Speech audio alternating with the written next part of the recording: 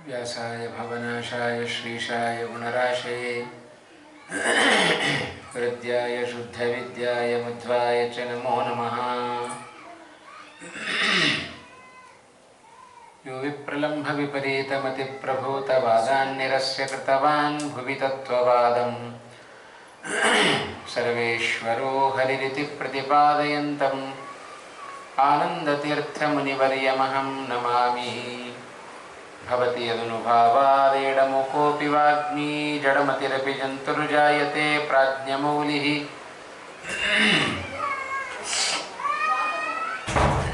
सकलवचनचेतो देवता भारती सा मम वचसि निधत्तां सन्निधिं मानसे च।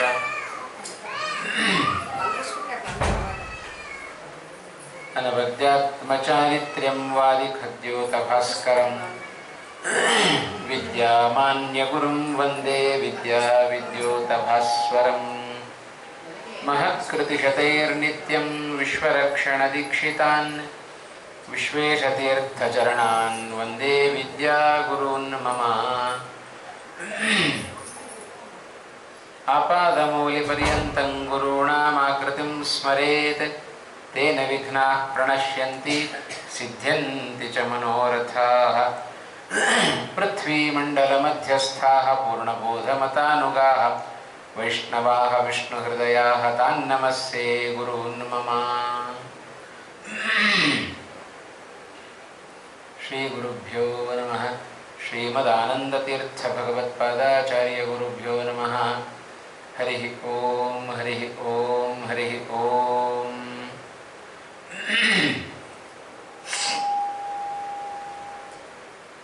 नारायणं नमस्कृत्य नरं चैव नरोत्तमं देवीं सरस्वतीं व्यासं ततो जयमुदीरये। वेदव्यासगुणावास विद्याधीशसतां वश मां निराशं गतक्लेशं कुर्वनाशं हरेनिशम्। कृष्णं वन्दे मन्थपाशधरं दिव्यार्भकाकृतिं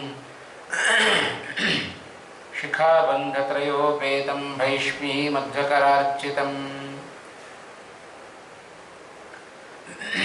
ಪುರಾಣ ಪ್ರತಿಪಾದ್ಯನಾದ ಭಗವಂತನಿಗೆ ನಮನಗಳನ್ನು ಸಲ್ಲಿಸಿ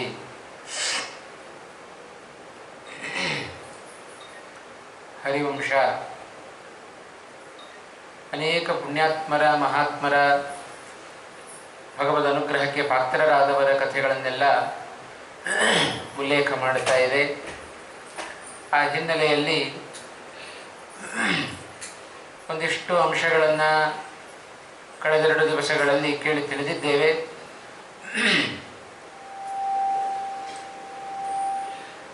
ನಿನ್ನೆ ದಿವಸದ ಕಡೆಯ ಭಾಗದಲ್ಲಿ ನಾವು ಶ್ರವಣ ಮಾಡಿದಂತೆ ದಕ್ಷ ಪ್ರಜಾಪತಿ ಮಾರಿಷ ಅನ್ನುವ ಕನ್ಯೆಯಲ್ಲಿ ತಾನು ಹುಟ್ಟಿ ಹರಿಯೇಶ್ವರನ್ನ ಶಬಲಾಶ್ವರನ್ನ ಮಕ್ಕಳನ್ನಾಗಿ ತಾನು ಪಡೆದುಕೊಂಡ. ನಂತರದಲ್ಲಿ 60 ಜನ ಹೆಣ್ಣು ಮಕ್ಕಳನ್ನು ತಾನು ಪಡೆದು ಆ 60 ಜನ ಹೆಣ್ಣು ಮಕ್ಕಳನ್ನು ಒಬ್ಬೊಬ್ಬರಿಗೆ ತಾನು ವಿವಾಹವನ್ನು ಮಾಡಿಕೊಡ್ತಾ ಇದ್ದಾನೆ. ಮುಂದೆ ಆ ದಕ್ಷ ಪ್ರಜಾಪತಿಯ ಆ ಸಂತಾನವನ್ನು ಹರಿವಂಶ ಬಹಳ ವಿಶೇಷವಾಗಿ ವರ್ಣನೆಯನ್ನು ಮಾಡುತ್ತಾ ಇದೆ. 27 ನಕ್ಷತ್ರಗಳ ಹೆಸರುಗಳನ್ನು ನಾವು ಏನಿವತ್ತು ಕಾಣ್ತೇವೆ ಅಷ್ಟೋ ಜನ ಹೆಸರುಗಳನ್ನು ಹೊಂದಿರತಕ್ಕಂಥ ಎಲ್ಲ ಕನ್ಯೆಯರನ್ನು ಚಂದ್ರನಿಗೆ ತಾನು ವಿವಾಹವನ್ನು ಮಾಡಿಕೊಟ್ಟ.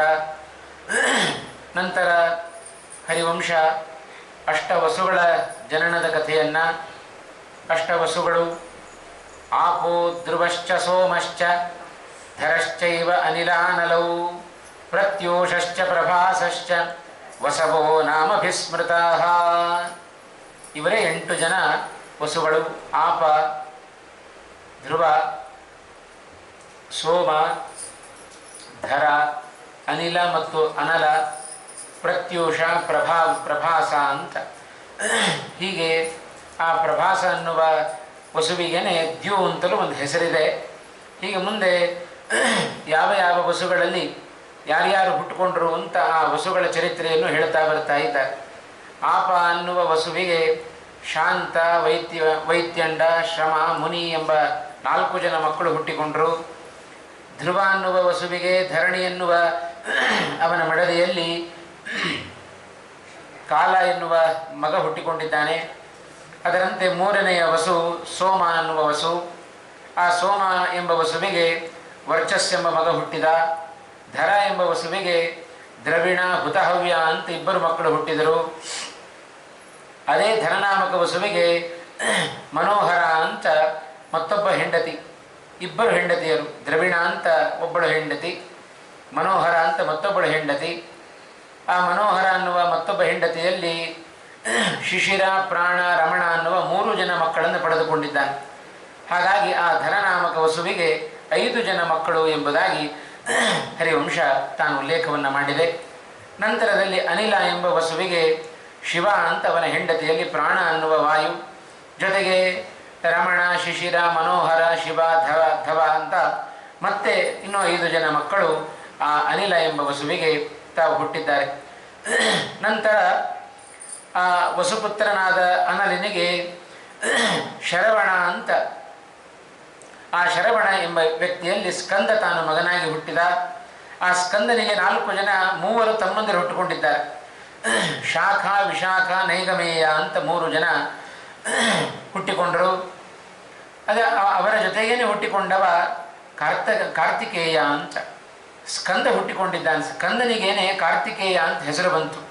ಯಾಕೆ ಅಂದರೆ ಕೃತ್ತಿಕಾ ಅವಳ ಧಾತ್ರಿ, ಶಾಕುತಾಯಿ. ಆ ಕೃತ್ತಿಕೆಯಿಂದ ರಕ್ಷಿಸಲ್ಪಟ್ಟವನಾದ್ದರಿಂದ ಈ ಸ್ಕಂದನಿಗೆ ಕಾರ್ತಿಕೇಯ ಅನ್ನುವ ಹೆಸರು ಕೂಡ ಒಂದು ಬಂದಿದೆ. ಹರಿವಂಶ ತ್ರಿಮೂರ್ತಿಗಳಿಗೂ ಮಗನಾಗಿ ಹುಟ್ಟಿದ್ದು ಈ ಸ್ಕಂದನಿಗೆ ಬಹಳ ವಿಶೇಷ ಅಂತ ಹೇಳ್ತಾ ಇದ್ದಾರೆ. ನಂತರ ಇದೇ ವಂಶದಲ್ಲಿ ವಿಶ್ವಕರ್ಮನ ಜನನವೂ ಕೂಡ ಆಗಿದೆ. ವಿಶ್ವಕರ್ಮನ ಹಿನ್ನೆಲೆಯನ್ನು ಕೂಡ ಬಹಳ ವಿಸ್ತಾರವಾಗಿ ಹೇಳಿತು. ಪ್ರತ್ಯೋಷಸ್ಯ ವಿದುಃ ಪುತ್ರ ಮೃಷ್ಟಿಂ ನಾಮ್ನಾ ಚ ದೇವಲಂ ದ್ವೌ ಪುತ್ರೋ ದೇವಲಸ್ಯಾಪಿ ಕ್ಷಮಾವಂತೌ ತಪಸ್ವಿನೌ. ಆ ವಿಶ್ವಕರ್ಮನ ಜನನ, ಆ ಪ್ರತ್ಯೂಷ ಅನ್ನುವ ವಸು, ಆ ಪ್ರತ್ಯೂಷನ ಮಗನೇ ದೇವಲ. ಆ ಋಷ್ಟಿ ಎಂಬ ಕನ್ಯೆಯನ್ನು ತಾನು ವಿವಾಹ ಮಾಡಿಕೊಂಡಿದ್ದಾನವ. ಆ ದೇವಲನಿಗೆ ಒಳ್ಳೆಯ ಕ್ಷಮಾವಂತ, ತಪಸ್ವಿ ಎನ್ನುವ 2 ಮಕ್ಕಳು ಹುಟ್ಟಿದರು. ಬೃಹಸ್ಪತ್ಯಾಚಾರ್ಯರಿಗೆ ಒಬ್ಬಳು ತಂಗಿ ಇದ್ಲಂತೆ. ಆ ತಂಗಿ ಮಹಾ ಸಾಧ್ವಿಯಾಗಿದ್ದಾಳೆ. ಆ ಬೃಹಸ್ಪತ್ಯಾಚಾರ್ಯರ ತಂಗಿಯನ್ನು ಇವ 8ನೆಯ ವಸು ಪ್ರಭಾಸ, ಅವನೇ ದ್ಯುನಾಮಕ ವಸು ಅಂತ ಕರೆಸಿಕೊಳ್ತಾನೆ. ಅವ ತಾನು ವಿವಾಹ ಮಾಡಿಕೊಂಡು ಇವರಿಬ್ಬರಲ್ಲಿ ಹುಟ್ಟಿದವನೇ ಆ ವಿಶ್ವಕರ್ಮ. ಅವನನ್ನೇ ದೇವಶಿಲ್ಪಿ ಅಂತ ನಾವು ಕರಿತೇವೆ. ಎಲ್ಲ ರೀತಿಯಾದ ಭೂಮಂಡಲದಲ್ಲಿರುವ ಒಳ್ಳೆಯ ಚಿನ್ನ, ಬೆಳ್ಳಿ, ರತ್ನ ಅಥವಾ ಸುಗಂಧ ವಸ್ತುಗಳು, ದಂತದ ಕರ್ಮ ಇರಬಹುದು ಅಥವಾ ಚರ್ಮದ ವಸ್ತುಗಳಿರ್ಬೋದು, ಎಲ್ಲವೂ ಕೂಡ ಈ ವಿಶ್ವಕರ್ಮನಿಂದ ನಿರ್ಮಿತವಾದದ್ದು ಅಂತ ಹೇಳುತ್ತಾರೆ. ಈ ವಿಶ್ವಕರ್ಮನ ಚರಿತ್ರೆಯನ್ನು ಮತ್ತೊಂದು ಕಡೆಯಲ್ಲಿ ನಾವು ಕೇಳುತ್ತೇವೆ. ಇಲ್ಲದನ್ನು ಉಲ್ಲೇಖ ಮಾಡಲಿಲ್ಲ ವಿಶ್ವಕರ್ಮನ ಬಗ್ಗೆ. ಆದರೂ ಮತ್ತೊಂದು ಕಡೆ ಇದೇ ವ್ಯಾಸರು ವಿಶ್ವಕರ್ಮನ ಬಗ್ಗೆ ತಿಳಿಸುವಾಗ ಆ ವಿಶ್ವಕರ್ಮ ಗುರುಕುಲದಲ್ಲಿ ಅಧ್ಯಯನ ಮಾಡಿದ.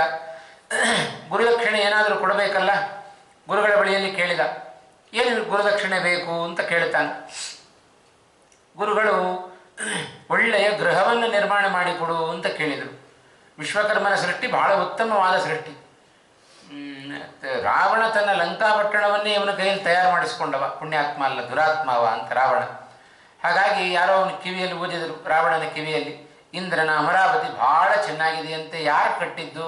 ವಿಶ್ವಕರ್ಮ ಕಟ್ಟಿದ. ಕರ್ಕೊಂಡು ಬಂದ ಅವನನ್ನು ರಾವಣ. ಅದಕ್ಕಿಂತಲೂ ಚೆನ್ನಾಗಿ ನನ್ನ ಲಂಕಾಪಟ್ಟಣ ಇರಬೇಕು ಅಂತ ಜೋರು ಮಾಡಿ ಆ ವಿಶ್ವಕರ್ಮನ ಕೈಯಲ್ಲಿ ತನ್ನ ಲಂಕಾಪಟ್ಟಣವನ್ನು ನಿರ್ಮಾಣ ಮಾಡಿಸಿಕೊಂಡವ ರಾವಣ. ಹಾಗಾಗಿ ಸ್ವರ್ಗಕ್ಕಿಂತಲೂ ನೋಡ್ಲಿಕ್ಕೆ ಚೆನ್ನಾಗಿತ್ತು ಅಂತ ಹೇಳ್ತಾ. ಅದು ರಾವಣನ ಭಯ ಆಗಿತ್ತು. ಎಲ್ಲ ದೇವತೆಗಳನ್ನು ತನ್ನ ಅಂಕೆಯಲ್ಲಿ ಇಟ್ಟುಕೊಂಡವ ರಾವಣ. ಹಾಗಾಗಿ ಆ ಗುರುಗಳು ಕೇಳಿದರು, ಒಳ್ಳೆಯ ಮನೆ ಬೇಕು ಅಂತ ಕೇಳಿದರು. ಗುರುಪತ್ನಿಯ ಬಳಿ ಹೋಗಿ ಕೇಳಿದ, ಏನು ಬೇಕು ನಿಮಗೆ ಅಂತ ಕೇಳಿದ. ಒಳ್ಳೆಯ ನಾರುಮಡಿಯನ್ನು, ಯಂತ್ರದಿಂದ ಹೊಲೆಯದೇ ಇರತಕ್ಕಂಥ ನಾರುಮಡಿಯನ್ನು ತಯಾರು ಮಾಡಿಕೊಡು ಅಂತ ವಿಶ್ವಕರ್ಮನ ಬಳಿಯಲ್ಲಿ ಗುರುಪತ್ನಿ ಬೇಡಿಕೆಯನ್ನು ಇಟ್ಟಳು. ಗುರುಪುತ್ರ ತಾನು ತನ್ನ ಬೇಡಿಕೆಯನ್ನು ವಿಶ್ವಕರ್ಮನ ಮುಂದೆ ಇಡ್ತಾ ಇದ್ದಾನೆ. ನನ್ನ ಕಿವಿಗಳಿಗೆ ಒಳ್ಳೆ ರೀತಿಯಲ್ಲಿ ಹೊಳಿತಾ ಇರತಕ್ಕಂಥ 2 ಓಲೆಗಳು ಬೇಕು ಅಂತ ಗುರುಪುತ್ರ ಅವ ಕೇಳಿದ. ಅದು ಹೇಗಾಗಿರಬೇಕು ಅಷ್ಟೇ ಕೇಳಲಿಲ್ಲ. ಆನೆಯ ದಂತದಿಂದ ನಿರ್ಮಿತವಾದ ಆಟಿಕೆಗಳು ಬೇಕು, ಹೀಗೆಲ್ಲ ಅವ ಗುರುಪುತ್ರ ತಾನು ಕೇಳ್ತಾ ಇದ್ದ. ಅವ ಇನ್ನೂ ಒಂದು ಕೇಳಿದ, ಬಹಳ ವಿಶೇಷವಾಗಿರತಕ್ಕಂಥದ್ದು. ನನಗೆ ಯಾವ ಚರ್ಮದ ಸಂಪರ್ಕವೇ ಇಲ್ಲದೆ ಇರತಕ್ಕಂತಹ ನೀರು ಅಥವಾ ಬೆಂಕಿಯಲ್ಲಿ, ನೀರಲ್ಲಿ ಬೇಕಾದರೂ ಹೋಗ್ಬೋದು, ಬೆಂಕಿಯಲ್ಲಿ ಬೇಕಾದರೂ ಹೋಗ್ಬೋದು. ನೀರಲ್ಲಿ ಹಾಕಿದರೆ ಮುಳುಗಬಾರದು, ಬೆಂಕಿಯಲ್ಲಿ ಹೋದರೆ ಸುಡಬಾರದು, ಇಂಥ ಚಪ್ಪಲಿ ನನಗೆ ಬೇಕು ಅಂತ ವಿಶ್ವಕರ್ಮನ ಬಳಿಯಲ್ಲಿ ಗುರುಪುತ್ರ ಕೇಳಿದ.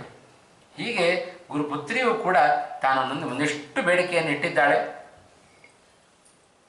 ಎಲ್ಲರ ಬೇಡಿಕೆಯನ್ನು ಕೇಳಿದಾಗ ವಿಶ್ವಕರ್ಮನಿಗೆ ಒಮ್ಮೆ ಗಾಬರಿ ಆಯಿತು. ಇದನ್ನೆಲ್ಲ ಹೇಗೆ ತೀರಿಸೋದು ಇಷ್ಟು ಜನರ ಬೇಡಿಕೆಯನ್ನು? ಅದಕ್ಕೆ ರುದ್ರದೇವರನ್ನು ಕುರಿತು ತಪಸ್ಸನ್ನು ಆಚರಣೆ ಮಾಡಿ ವಿಶೇಷವಾದ ಶಕ್ತಿಯನ್ನೆಲ್ಲ ಸಂಪಾದನೆ ಮಾಡಿದ ವಿಶ್ವಕರ್ಮ. ತದನಂತರದಲ್ಲಿ ಎಲ್ಲ ಗುರುದಕ್ಷಿಣೆಯ ರೂಪವಾಗಿ ಎಲ್ಲವನ್ನೂ ಕೂಡ ಕೊಟ್ಟ ಅಂತ ಮತ್ತೊಂದು ಕಡೆಯಲ್ಲಿ ವ್ಯಾಸರು ಅದನ್ನು ಉಲ್ಲೇಖ ಮಾಡುತ್ತಾರೆ. ಹಾಗಾಗಿ ಆ ವಿಶ್ವಕರ್ಮ ಮತ್ಯಾರ ಮಗನೂ ಅಲ್ಲ, ಈ ವಸುಗಳಲ್ಲಿ 8ನೆಯ ಮಗ ದ್ಯುನಾಮಕ ವಸು. ಆ ದ್ಯುನಾಮಕ ವಸುವಿನ ಮಗನೇ ಈ ವಿಶ್ವಕರ್ಮ. ಹೀಗೆ ಎಲ್ಲ ದೇವತೆಗಳನ್ನು ಅಲ್ಲಲ್ಲಿ ನಾವು ಕೇಳ್ತಾ ಇರುತ್ತೇವೆ. ಆದರೆ ಹರಿವಂಶವನ್ನು ನಾವು ಪಠನ ಮಾಡಿದಾಗ ಯಾರ್ಯಾರ ಸಂಬಂಧ ಯಾರ್ಯಾರಿಗುಂಟು, ಹೇಗುಂಟು ಅನ್ನೋದನ್ನು ಹರಿವಂಶದಲ್ಲಿ ವ್ಯಾಸರು ಅದನ್ನು ಸ್ಪಷ್ಟಪಡಿಸ್ತಾ ಹೋದರು.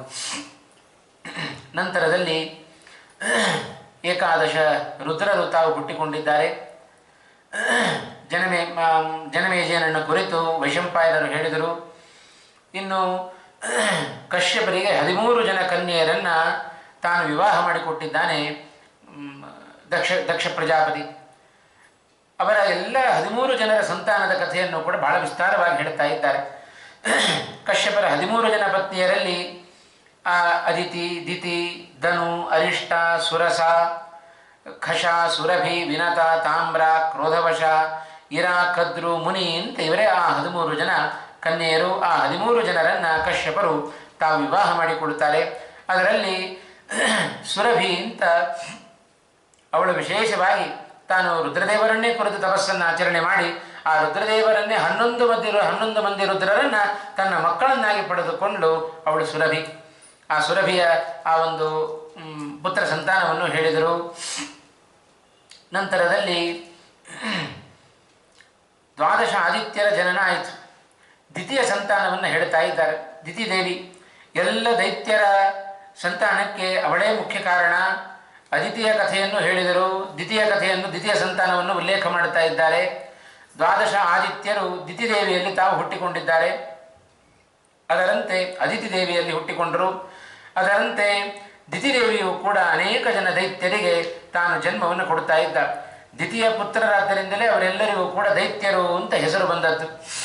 ಈಗಾಗಲೇ ಹಿಂದೆ ನಾವು ಕೇಳಿದ್ದೇವೆ, ಸಂಧ್ಯಾಕಾಲದಲ್ಲಿ ಗರ್ಭಧಾರಣೆಯನ್ನು ಮಾಡಿದ್ದರ ಪರಿಣಾಮ ಆ ದಿತಿದೇವಿಗೆ ಕ್ರೂರ ಗರ್ಭ ಅದು ಜನನ ಆಯಿತು. ಹಿರಣ್ಯಾಕ್ಷ ಹಿರಣ್ಯಕಶಿಪುಗಳು ಹುಟ್ಟಿಕೊಂಡಿದ್ದಾರೆ. ಅವರ ಒಂದು ಸಂತಾನವನ್ನು ಹೇಳಿಬಿಟ್ರು. ಅದರ ಜೊತೆಗೆ ಸಿಂಹಿಕೆ, ಜೊತೆಗೆ ಇನ್ನೂ ಅನೇಕರು ಹುಟ್ಟಿಕೊಂಡಿದ್ದಾರೆ ದೈತ್ಯರೆಲ್ಲರೂ ಕೂಡ.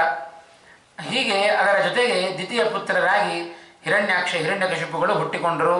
ಹಿರಣ್ಯಕಶಿಪುವಿಗೆ 4 ಜನ ಮಕ್ಕಳು, ಅನುಹ್ಲಾದ, ಹ್ಲಾದ, ಸಂಹ್ಲಾದ ಮತ್ತು ಪ್ರಹ್ಲಾದ ಅಂತ 4 ಜನ ಮಕ್ಕಳು. ಅದರಲ್ಲಿ ಪ್ರಹ್ಲಾದನ ಕಥೆಯನ್ನು ವಿಸ್ತಾರವಾಗಿ ಭಾಗವತ ಉಲ್ಲೇಖ ಮಾಡಿದೆ. ಅದರ ಕಥೆಯನ್ನು ಹೇಳಲಿಲ್ಲ. ಅವರ ವಂಶದಲ್ಲಿ ಯಾರ್ಯಾರ ಮಕ್ಕಳು ಯಾರ್ಯಾರಾದರು ಅಂತ, ಇದು ಹರಿಯ ವಂಶ ಹೇಗೆ ಬೆಳೆದು ಬಂತು ಅನ್ನೋದನ್ನು ವಿಶೇಷವಾಗಿ ತೆಗೆದುಕೊಳ್ತಾ ಇದ್ದಾರೆ. ಅದರಿಂದ ಆ ಪ್ರಹ್ಲಾದನಿಗೆ ಬಹಳ ದೈತ್ಯನ ಮಗನೇ ಇರಬಹುದು. ಹಿರಣ್ಯಕಶಿಪುವಿನ ಮಗನೇ ಹುಟ್ಟಿದ. ದೈತ್ಯ ಚಕ್ರವರ್ತಿಯಾಗಿ ಹಿರಣ್ಯಕಶಿಪು ತಾನು ಮೆರೀತಾ ಇದ್ದಾನೆ. ಆ ದೈತ್ಯನ ಮಗನಾದರೂ ಕೂಡ ಪ್ರಹ್ಲಾದ ಭಾರಿ ಭಗವದ್ಭಕ್ತನಾಗ್ತಾ ಇದ್ದಾನೆ. ಪಿತೃವದ್ದೀನವತ್ಸಲ, ಅವನು ಯಾರ್ಯಾರಿಗೆ ಏನೇನಾಗಬೇಕೋ ಎಲ್ಲವೂ ಆಗ್ತಾ ಇದ್ದಾನೆ. ಯಾರು ದೀನರಾಗಿ ಬರ್ತಾರೋ ಅವರಿಗೆ ತಂದೆಯಂತೆ ವರ್ತನೆಯನ್ನು ಮಾಡುತ್ತಾ ಇದ್ದಾನೆ ಪ್ರಹ್ಲಾದ. ಯಾರು ತನಗಿಂತ ಸಣ್ಣವರು ಅವರಿಗೆ ಪಿತೃ ತಂದೆಯಂತೆ ವರ್ತನೆ ಮಾಡಿದ. ಸಮಾನರಲ್ಲಿ ಸ್ನೇಹಿತನಂತೆ ನಡೆದುಕೊಳ್ತಾ ಇದ್ದಾನೆ. ಹೀಗೆ ಮಾನಸ್ತಂಭ ವಿವರ್ಜಿತ ಅಂತ ಚಕ್ರವರ್ತಿಯ ಮಗನಾದರೂ ಕೂಡ ಕಿಂಚಿತ್ತೂ ಗರ್ವ ಇಲ್ಲ, ಅಹಂಕಾರ ಇಲ್ಲ, ಯಾವುದೇ ಮದಗಳಿಲ್ಲ, ಸರಳನಾಗಿ ಬದುಕ್ತಾ ಇದ್ದಾನೆ ಪ್ರಹ್ಲಾದ. ಇದು ಪ್ರಹ್ಲಾದನ ವ್ಯಕ್ತಿತ್ವ. ಇದು ಅಂತ ಪ್ರಹ್ಲಾದನಿಗೆ ಮತ್ತೊಂದಿಷ್ಟು ಜನ ಮಕ್ಕಳು ಹುಟ್ಟುತ್ತಾರೆ. 4 ಜನ ಮಕ್ಕಳು, ಶಿಬಿ, ಬಾಷ್ಕಲ, ಆಯುಷ್ಮಾನ್ ಮತ್ತು ವಿರೋಚನ ಅಂತ. ಈ 4 ಜನ ಮಕ್ಕಳಲ್ಲಿ ಆ ವಿರೋಚನ ಅನ್ನುವ ಮಗನಿಗೆ ಹುಟ್ಟಿದವ ಬಲಿಚಕ್ರವರ್ತಿ. ಆ ಬಲಿಚಕ್ರವರ್ತಿಗೆ ಬಾಣಾಸುರ ಅಂತ ಮತ್ತೊಬ್ಬ ಮಗ ಹುಟ್ಟಿದ. ಆ ಬಲಿಚಕ್ರವರ್ತಿಯ ಕಥೆಯನ್ನು ಭಾಗವತ ಉಲ್ಲೇಖ ಮಾಡಿದರೆ ಇಲ್ಲಿಯೂ ಕೂಡ ಮುಂದೆ ವ್ಯಾಸರು ಉಲ್ಲೇಖ ಮಾಡುತ್ತಾರೆ. ಹೀಗೆ ಪ್ರಹ್ಲಾದನ ವಂಶಾವಳಿಯನ್ನು ಹೇಳಿ ನಂತರದಲ್ಲಿ ಅನುಹ್ಲಾದ, ಆ ಅನುಹ್ಲಾದನಿಗೆ ಇಬ್ಬರು ಮಕ್ಕಳು ಹುಟ್ಟುತ್ತಾ ಇದ್ದಾರೆ, ಆಯು ಮತ್ತು ಶಿಬಿಕಾಲ ಅಂತ ಇಬ್ಬರು ಮಕ್ಕಳು. ಸಂಹ್ಲಾದನಿಗೆ ಸುಂದ ಮತ್ತು ನಿಸುಂದ ಅಂತ ಇಬ್ಬರು ಮಕ್ಕಳು ಹುಟ್ಟಿದ್ದಾರೆ. ಹೀಗೆ ಆ ಹಿರಣ್ಯಕಶಿಪುವಿನ ವಂಶವನ್ನು ಕೂಡ ವರ್ಣನೆಯನ್ನು ಮಾಡಿದರು. ಏತೆ ಯುಗ ಸಹಸ್ರಾಂತೆ ಜಾಯಂತೆ ಪುನರೇವ ಹಿ ಸರ್ವದೇವಗಣಾಸ್ತಾತ ತ್ರಯಸ್ತ್ರಿಂಶತ್ತು ಕಾಮಜಾಹ. ಭಗವಂತನ ಇಚ್ಛೆಯಿಂದ ಹುಟ್ಟತಕ್ಕಂಥ ಈ 33 ಮಂದಿ ದೇವತೆಗಳು, ಇವರೆಲ್ಲ ಕೃತಯುಗ ಮೊದಲುಗೊಂಡು 4 ಯುಗಗಳಲ್ಲಿ ಒಂದೊಂದು 1000 ಯುಗ ಕಳೆದಾಗ ಮತ್ತೆ ಮತ್ತೆ ಹುಟ್ಟಿ ಬರ್ತಾರಂತೆ. ಹಾಗಾಗಿ ಇವರಲ್ಲೆಲ್ಲ ಎಲ್ಲ ಕಥೆ ಎಲ್ಲ ಯುಗಗಳಲ್ಲಿಯೂ ಕೂಡ ಇದಕ್ಕೋಸ್ಕರ ಅವರ ಕಥೆಗಳನ್ನು ನಾವು ಕೇಳುತ್ತಾ ಇರುತ್ತೇವೆ. ನಂತರದಲ್ಲಿ ಹೀಗೆ ಅವರ ವಂಶದಲ್ಲಿ ಅನೇಕ ಜನ ಮಹಾ ವ್ಯಕ್ತಿಗಳೆಲ್ಲ ಹುಟ್ಟುತ್ತಾರೆ. ಆ ಬಲಿಚಕ್ರವರ್ತಿಗೂ ಮಕ್ಕಳು ಹುಟ್ಟಿದರು. ಧೃತರಾಷ್ಟ್ರ, ಸೂರ್ಯ, ಕುಕ್ಷಿ ಮತ್ತು ಬಾಣಾಸುರ ಅಂತ. ಇವರಲ್ಲಿ ಬಾಣಾಸುರ ಅತ್ಯಂತ ಜ್ಯೇಷ್ಠನಾಗಿದ್ದಾನೆ, ಅತ್ಯಂತ ಶ್ರೇಷ್ಠನೂ ಆದ ಬಾಣಾಸುರ. ಆ ಬಾಣಾಸುರ ಮತ್ತು ಹಿರಣ್ಯಾಕ್ಷರ ಸಂತತಿಯನ್ನು ಮುಂದೆ ಹರಿವಂಶ ಉಲ್ಲೇಖ ಮಾಡಿತು. ನಂತರದಲ್ಲಿ ಆ ಕಶ್ಯಪರ ಮಡದಿಯಾದ ಧನು, ಆ ಧನುವಿನ ಮೂಲಕ ಅನೇಕ ಜನ ಮಕ್ಕಳು, 100 ಮಕ್ಕಳು ಹುಟ್ಟುತ್ತಾರೆ. ಆ ಧನುವಿನಲ್ಲಿ ಹುಟ್ಟಿದವರೆಲ್ಲರೂ ಕೂಡ ದಾನವರು ಅಂತ ಕರೆಸಿಕೊಂಡರು. ದೈತ್ಯರಲ್ಲಿ ದಿತಿಯಲ್ಲಿ ಹುಟ್ಟಿದವರೆಲ್ಲ ದೈತ್ಯರು ಅಂತ ಕರೆಸಿಕೊಂಡರೆ, ಕಶ್ಯಪರಿಂದ ಧನುವಿನಲ್ಲಿ ಹುಟ್ಟಿದವರೆಲ್ಲ ದಾನವರು ಅಂತ ಕರೆಸಿಕೊಳ್ತಾ ಇದ್ದಾರೆ. ಆ ದಾನವರಲ್ಲಿ ಧನುದೇವಿಯಲ್ಲಿಯೂ ಕೂಡ ಅನೇಕ ಜನರು ಹುಟ್ಟಿಕೊಂಡರು. ನಂತರದಲ್ಲಿ 100 ಜನ ಮಕ್ಕಳು ಹುಟ್ಟಿದ್ದಾರೆ. ವಿಪ್ರಚಿತ್ತಿ ಎನ್ನುವ ದೈತ್ಯನಿಂದ ಹಿರಣ್ಯಕಶಿಪುವಿನ ತಂಗಿಯಾದ ಸಿಂಹಿಕೆ, ಆ ಸಿಂಹಿಕೆಯಿಂದ ಸೈಂಹಿಕೆಯರು ಅಂತ ಬಹಳ ದೊಡ್ಡ ಒಂದು ರಾಕ್ಷಸ ಗಣ ಅದು ಹುಟ್ಟಿಕೊಂಡಿದೆ. ಹೀಗೆಲ್ಲ ದೈತ್ಯರ ಆ ಒಂದು ಅಂಶವೂ ಕೂಡ ಹುಟ್ಟಿಕೊಳ್ಳಿತು. ಸಂಹ್ಲಾದನಿಗೆ ನಿವಾತ ಕವಚರು ಅಂತ ಒಂದಿಷ್ಟು ಜನ ದೈತ್ಯರು ಹುಟ್ಟಿದ್ದಾರೆ. ದೈತ್ಯ ಪುತ್ರನೇ ಹಿರಣ್ಯಕಶಿಪುವಿನ ಮಗನೇ ಆಗಿದ್ದಾನೆ. ಅವನ ವಂಶದಲ್ಲಿಯೂ ಕೂಡ ಅವನಿಗೂ ಕೂಡ ನಿವಾತ ಕವಚರು ಅಂತ ದೈತ್ಯರು ಹುಟ್ಟುಕೊಂಡಿದ್ದಾರೆ. ಇವರನ್ನೆಲ್ಲ ಮುಂದೆ ಅನೇಕ ಜನ ದೈತ್ಯರ ದೇವತೆಗಳ ಯುದ್ಧದಲ್ಲಿ ಆ ನಿವಾತ ಕವಚರೆಲ್ಲರೂ ಕೂಡ ಸಾಯ್ತಾರೆ ಎನ್ನುವ ಅಂಶವನ್ನು ಮಹಾಭಾರತದಲ್ಲಿ ನಾವು ಕೇಳುತ್ತೇವೆ. ಹೀಗೆ ಕಶ್ಯಪರ ಸಂತಾನ ಬಹಳ ವಿಶೇಷವಾಗಿದೆ. ವಿನತ ಅನ್ನುವ ಕನ್ಯೆಯನ್ನು ವಿವಾಹ ಮಾಡಿಕೊಂಡರು. ಆ ವಿನತೆಯಲ್ಲಿ ಇಬ್ಬರು ಮಕ್ಕಳು ಹುಟ್ಟುತ್ತಾರೆ, ಅರುಣ ಮತ್ತು ಗರುಡ ಅಂತ. ಆದ್ದರಿಂದಲೇ ಅವನಿಗೆ ವೈನತೇಯ ಅಂತ ನಾವು ಗರುಡನಿಗೆ ಹೆಸರನ್ನು ನಾವು ಕರೀತೇವೆ. ಇಂಥ ಗರುಡನ ಜನನವೂ ಆಯಿತು. ಗರುಡ ಮತ್ತು ಅರುಣ ಸೂರ್ಯನ ಸಾರಥಿಯಾದ. ಆ ಅರುಣನಿಗೆ ಇಬ್ಬರು ಮಕ್ಕಳು ಹುಟ್ಟಿದ್ದಾರೆ, ಅವನೇ ಸಂಪಾತಿ ಮತ್ತು ಜಟಾಯು ಅಂತ. ಅವರಿಬ್ಬರ ಕಥೆಯನ್ನು ನಾವು ರಾಮಾಯಣದಲ್ಲಿ ಕಾಣ್ತೇವೆ. ಸುರಸ ಅಂತ ಮತ್ತೊಬ್ಬಳು ಕಶ್ಯಪರ ಮಡದಿ. ಸುರಸ ಮತ್ತು ಕದ್ರು ಇವರ ವಂಶಾವಳಿಯನ್ನು ಕೂಡ ಮುಂದೆ ಉಲ್ಲೇಖ ಮಾಡಿತು. ಆ ಸುರಸೆಯಲ್ಲಿ ಅವಳು ನಾಗಮಾತೆ. ಅನೇಕ ಜನ ನಾಗರಿಗೆ ಸುರಸೆ ಅವಳು ಜನನಿಯಾಗಿದ್ದಾಳೆ. ನಂತರದಲ್ಲಿ ಕದ್ರುದೇವಿ, ಅವಳ ಸವತಿಯಾದವಳು ಕದ್ರುದೇವಿಯಲ್ಲಿಯೂ ಕೂಡ ಸಾವಿರಾರು ಸಂಖ್ಯೆಯಲ್ಲಿ ಸರ್ಪಗಳೇ ಹುಟ್ಟಿಕೊಂಡಿದ್ದಾರೆ. ಅನೇಕ ಜನ ಪ್ರಧಾನ ಸರ್ಪಗಳ ಹೆಸರುಗಳನ್ನೆಲ್ಲ ಕೊಡ್ತಾ ಬಂತು. ಶೇಷ, ವಾಸುಕಿ, ತಕ್ಷಕ, ಐರಾವತ, ಮಹಾಪದ್ಮ, ಕಂಬಲ, ಅಶ್ವತರ, ಹೀಗೆ ಅನೇಕ ಮಹಾ ಸರ್ಪಗಳೆಲ್ಲವೂ ಕೂಡ ಈ ಸುರಸ ಮತ್ತು ಕದ್ರು ಇವರಿಬ್ಬರಲ್ಲಿ ತಾವು ಹುಟ್ಟಿಕೊಂಡಿದ್ದಾರೆ. ನಂತರದಲ್ಲಿ ಮರುತ್ತುಗಳ ಉತ್ಪತ್ತಿ.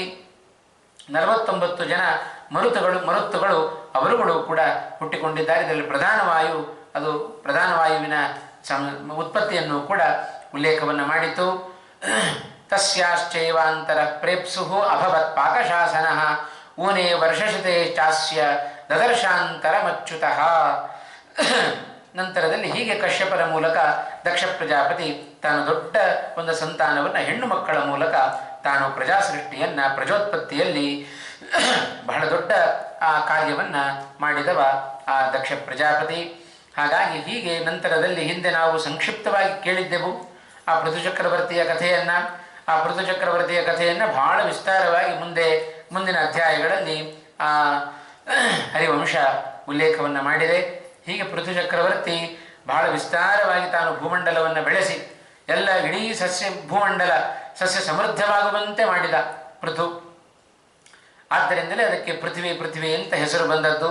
ನಂತರದಲ್ಲಿ ಜನಮೇಜಯ ರಾಜ ವೈಶಂಪಾಯನರ ಬಳಿಯಲ್ಲಿ ಕೇಳುತ್ತಾ ಇದ್ದಾನೆ, ಬ್ರಹ್ಮದೇವರ ಆಯುಷ್ಯವನ್ನು ಸಂಕ್ಷೇಪವಾಗಿ ಮೊದಲು ಹೇಳಿದಿರಿ, 14 ಮನ್ವಂತರಗಳು ಕಳಿಬೇಕು ಅಂತ ಹೇಳಿದ್ರಿ. ಆ 14 ಮನ್ವಂತರಗಳ ಹೆಸರುಗಳನ್ನು ಸೂಚನೆ ಮಾಡ್ರಿ. ಯಾರ್ಯಾರು ಮನುಗಳು ಯಾರು? 14 ಜನ ಮನುಗಳು. ಜೊತೆಗೆ ಆ 14 ಮನುಗಳ ಮನ್ವಂತರಗಳ ಕಾಲ ಯಾವ, ಕಾಲ ಎಷ್ಟು, ಇದನ್ನೆಲ್ಲ ಬಹಳ ವಿಸ್ತಾರವಾಗಿ ಆ ವೈಶಂಪಾಯನರು ಅವನಿಗೆ ತಿಳಿಸಿಕೊಡ್ತಾ ಇದ್ದಾರೆ. 14 ಜನ ಮನುಗಳ ಹೆಸರನ್ನು ಇಲ್ಲಿ ಉಲ್ಲೇಖ ಮಾಡಿದರು. ಅದನ್ನು ಸಂಕ್ಷೇಪವಾಗಿ ನಾವು ನೋಡೋದಾದರೆ, ಸ್ವಯಂಭುವ ಮನು ಮೊದಲನೆಯವ. ಸ್ವಯಂಭುವ ಸ್ವಾರೋಚಿಷ ಉತ್ತಮ ತಾಪಸ ರೈವತ ಚಾಕ್ಷುಷ ವೈವಸ್ವತ ಸಾವರಣಿ ಭೌತ್ಯ ರೌಚ್ಯ ಬ್ರಹ್ಮಸಾವರಣಿ ರುದ್ರಸಾವರಣಿ ಮೇರುಸಾವರಣಿ ಮತ್ತು ದಕ್ಷ ಸಾವರಣಿ ಅಂತ ಇವರೇ 14 ಜನ ಮನುಗಳು. ಈ 14 ಜನ ಮನುಗಳು ಒಂದೊಂದು 14 ಜನ ಮನುಗಳು ಒಂದೊಂದು ಮನ್ವಂತರಕ್ಕೆ ಅವರು ಆಳುವ ಒಂದು ಆ ಕಾಲಕ್ಕೆ ಒಂದು ಮನ್ವಂತರ ಅಂತ ಕರೀತಾರೆ. ಯಾರು ಆ ಮನ್ವಂತರಕ್ಕೆ ಅಧಿಪತಿಯೋ ಅವನ ಹೆಸರಿನಲ್ಲೇ ಆ ಇಡೀ ಮನ್ವಂತರ ನಡೀತಾ ಇರುತ್ತೆ. ಹಾಗಾಗಿ ಇದನ್ನು ನಾವೆಲ್ಲ ಸಂಕಲ್ಪ ಮಾಡುವಾಗ ವೈವಸ್ವತ ಮನ್ವಂತರೇ ಅಂತ ನಾವು ಸಂಕಲ್ಪವನ್ನು ಮಾಡುತ್ತೇವೆ. ಇದು ಮನುಗಳಲ್ಲಿ 7ನೆಯವ ವೈವಸ್ವತ ಮನು. ಆ ಮನುವಿನ ಆಡಳಿತ ನಡೀತಾ ಇದೆ. ಇವಾಗ ವೈವಸ್ವತ ಮನುವಿನ ಆಡಳಿತ ನಡೀತಾ ಇದೆ. ಒಂದು ಮನ್ವಂತರ ಕಳಿಬೇಕು ಅಂತ ಹೇಳಿದರೆ, ಹಿಂದೆ ಹೇಳಿದಾಗೆ 71 ಮಹಾಯುಗಗಳು ಕಳೆದರೆ ಒಂದು ಮನ್ವಂತರ ಕಳೆಯುತ್ತೆ. ಅದರಲ್ಲಿ ಅಷ್ಟಾವಿಂಶತಿತಮೇ ನಮ್ಮ ಕಲಿಯುಗೆ ಅಂತ ಹೇಳ್ತೇವೆ. 28ನೆಯ ಮಹಾಯುಗ ನಡೀತಾ ಇದೆ ಇವಾಗ. ವೈವಸ್ವತ ಮನ್ವಂತರದಲ್ಲಿ 71 ಮಹಾಯುಗಗಳು ಕಳಿಬೇಕು. ಒಂದು ಮಹಾಯುಗ ಅಂತ ಹೇಳಿದರೆ 4 ಯುಗಗಳು ಕಳೆದರೆ ಒಂದು ಮಹಾಯುಗ. ಆ 27 ಮಹಾಯುಗಗಳು ಕಳೆದಿದ್ದಾವೆ. 28ನೆಯ ಮಹಾಯುಗದಲ್ಲಿ 3 ಯುಗಗಳು ಕಳೆದಿದ್ದಾವೆ. ಆ 4ನೆಯ ಯುಗ ಕಲಿಯುಗ ಅದು ನಡೀತಾ ಇದೆ. ಇನ್ನು 28ನೆಯ ಕಲಿಯುಗ ಇದೆ. 71ಕ್ಕೆ ಹೋಗಬೇಕು. ಆಗ ಬ್ರಹ್ಮದೇವರಿಗೆ ಒಂದು ಮನ್ವಂತರ ಕಳೀತು. ನಂತರದಲ್ಲಿ ಇನ್ನೂ 7 ಮನ್ವಂತರಗಳು ಕಳಿಬೇಕು. ಆಗ ಬ್ರಹ್ಮದೇವರಿಗೆ ಒಂದು ಹಗಲು. ಲೆಕ್ಕ ಹಾಕಿದರೆ ಇನ್ನು ಪ್ರಾಯ ಬ್ರಹ್ಮದೇವರಿಗೆ ಸೂರ್ಯೋದಯ ಆಗಿದೆ ಅಂತ ತಿಳ್ಕೊಳ್ಬೇಕು ನಾವು ಅಷ್ಟೇ. ಇನ್ನು ಕಲಿಯುಗದಲ್ಲಿ ಸ್ವಲ್ಪೇ ವರ್ಷಗಳು, 5000 ವರ್ಷಗಳಷ್ಟೇ ಕಳೆದಿದ್ದಾವಾದ್ದರಿಂದ ಇಷ್ಟು ದೀರ್ಘಕಾಲದ ಮನ್ವಂತರ. ಪ್ರತಿಯೊಂದು ಮನ್ವಂತರದ ವಿವರಣೆಯನ್ನು ಕೊಡುತ್ತಾರೆ. ಪ್ರತಿಯೊಂದು ಮನ್ವಂತರದಲ್ಲಿ ಯಾರು ರಾಜ, ಯಾರು ಆ ಮನ್ವಂತರದಲ್ಲಿ ಸಪ್ತ ಋಷಿಗಳ ವಿವರಣೆ, ಇಷ್ಟೆಲ್ಲ ಬಹಳ ವಿಸ್ತಾರವಾಗಿ ನೋಡ್ತಾ ಹೋದರೆ ಹರಿವಂಶದಲ್ಲಿ ಹೇಳಿದ್ದು ಬಹಳಷ್ಟು ಸಮಯ ಬೇಕಾಗುತ್ತೆ.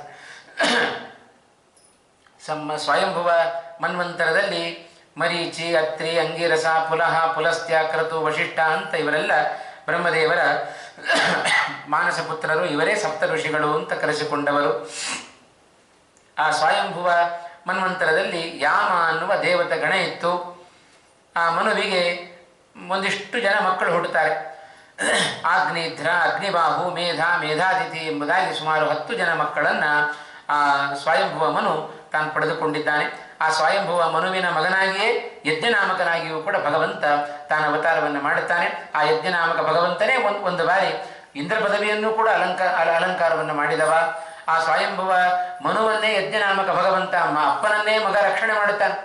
ಒಮ್ಮೆ ಯಾಜ್ಞೀಯ ಮಂತ್ರವನ್ನು ಪಠನ ಮಾಡುತ್ತಾ ಇರ್ತಾನೆ. ಸ್ವಯಂಭುವ ಮನು ತಪಸ್ಸನ್ನು ಮಾಡ್ತಾ ಇದ್ದಾನೆ. ಈಶಾವಾಸ್ಯ ಉಪನಿಷತ್ತನ್ನು ಪಾರಾಯಣ ಮಾಡುತ್ತಾ ಇದ್ದಾನೆ. ಅನೇಕ ಜನ ಅಸುರರು ಬಂದು ಆಕ್ರಮಣ ಮಾಡಲಿಕ್ಕೆ ಶುರು ಮಾಡಿದರು. ಆಗಲೇ ಯಜ್ಞನಾಮಕನಾಗಿ ಭಗವಂತ ಬಂದು ಆ ಎಲ್ಲ ಅಸುರರನ್ನು ಸಂಹಾರ ಮಾಡಿ ಆ ಸ್ವಯಂಭುವ ಮನುವನ್ನು ಭಗವಂತ ತಾನು ಉಳಿಸಿದ. ಯಜ್ಞನಾಮಕನಾಗಿ ತಾನು ಅವತಾರವನ್ನು ಮಾಡಿ. ಹಾಗಾಗಿ ಯಜ್ಞ ಯಾಗಾದಿಗಳನ್ನು ಮಾಡಬೇಕು. ಮಾಡಿದರೆ ವಿಶೇಷವಾಗಿ ನಮ್ಮಲ್ಲಿಯೂ ಕೂಡ ನಮಗೂ ಯಾರ್ಯಾರು ಶತ್ರುಗಳಿದ್ದಾರೆಯೋ, ನಮ್ಮ ಮೇಲೆ ಯಾರ್ಯಾರು ಅಸುರರು ಆಕ್ರಮಣವನ್ನು ಮಾಡುತ್ತಾ ಇದ್ದಾರೆಯೋ ಅವರೆಲ್ಲರ ಸಂಹಾರವನ್ನು ಮಾಡಿಬಿಡುತ್ತಾನೆ ಭಗವಂತ. ಹಾಗಾಗಿ ಹೋಮ ಹವನಗಳು, ಧರ್ಮಗಳು ನಿರಂತರ ನಮ್ಮ ಜೀವನದಲ್ಲಿ ನಡೀತಾ ಇರಬೇಕು. ಆದ್ದರಿಂದಲೇ ಆ ಈಶಾವಾಸ್ಯ ಉಪನಿಷತ್ತಿಗೆ ಯಾಜ್ಞೀಯ ಮಂತ್ರೋಪನಿಷತ್ ಅಂತ ಮತ್ತೊಂದು ಹೆಸರುಂಟು. ಹೀಗೆ ಸ್ವಯಂಭುವ ಮನುವಿನ ಕಥೆಯನ್ನು ಹೇಳಿದರು. ನಂತರದಲ್ಲಿ 2ನೆಯ ಮನ್ವಂತರ ಸ್ವಾರೋಚಿಷ ಮನ್ವಂತರ. ಆ ಸ್ವಾರೋಚಿಷ ಮನ್ವಂತರದಲ್ಲಿಯೂ ಸಪ್ತರ್ಷಿಗಳು ಹುಟ್ಟುಕೊಂಡಿದ್ದಾರೆ. ಅವರ ಹೆಸರು ಬೇರೆ ಇದೆ. ಔರ್ವ, ಸ್ತಂಭ, ಕಾಶ್ಯಪ, ಪ್ರಾಣ, ಬೃಹಸ್ಪತಿ, ದತ್ತ, ನಿಶ್ಚವನ ಅಂತ ಈ ಸಪ್ತ ಋಷಿಗಳು. ಇವರು ಸ್ವಾರೋಚಿಷ ಮನ್ವಂತರದಲ್ಲಿ ಬಂದವರು. ಇವರದೆಲ್ಲ ಚರಿತ್ರೆಗಳೆಲ್ಲ ಬಹಳ ವಿಸ್ತಾರವಾಗಿದೆ.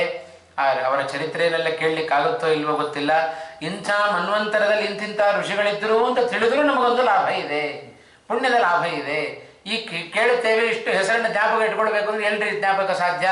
ಹಾಗಾಗಿ 1 ಬಾರಿ ಅಲ್ಲ, 2 ಬಾರಿ ಅಲ್ಲ, 10 ಬಾರಿ ಆ ಹರಿವಂಶವನ್ನು ಶ್ರವಣ ಮಾಡಬೇಕು ಅಂತ ಹೇಳಿದ್ದು ಇದೇ ಉದ್ದೇಶಕ್ಕೋಸ್ಕರ. ಹೀಗೆ ಆ ಸ್ವಾರೋಚಿಷ ಮನ್ವಂತರದಲ್ಲಿ ಸಪ್ತ ಋಷಿಗಳು. ಹೀಗೆ ಭಗವಂತ ಉಪೇಂದ್ರನ ಇವನ ತಮ್ಮನಾಗಿ ಉಪೇಂದ್ರ ನಾಮಕನಾಗಿ ಸಾಕ್ಷಾತ್ ಭಗವಂತ ಆ ಮನ್ವಂತರದಲ್ಲಿ ತಾನು ಅವತಾರವನ್ನು ಮಾಡಿದ್ದಾನೆ. ನಂತರದಲ್ಲಿ ಮೂರನೆಯ ಮನ್ವಂತರ, ಅದು ಉತ್ತಮ ಅಂತ ಮನ್ವಂತರ.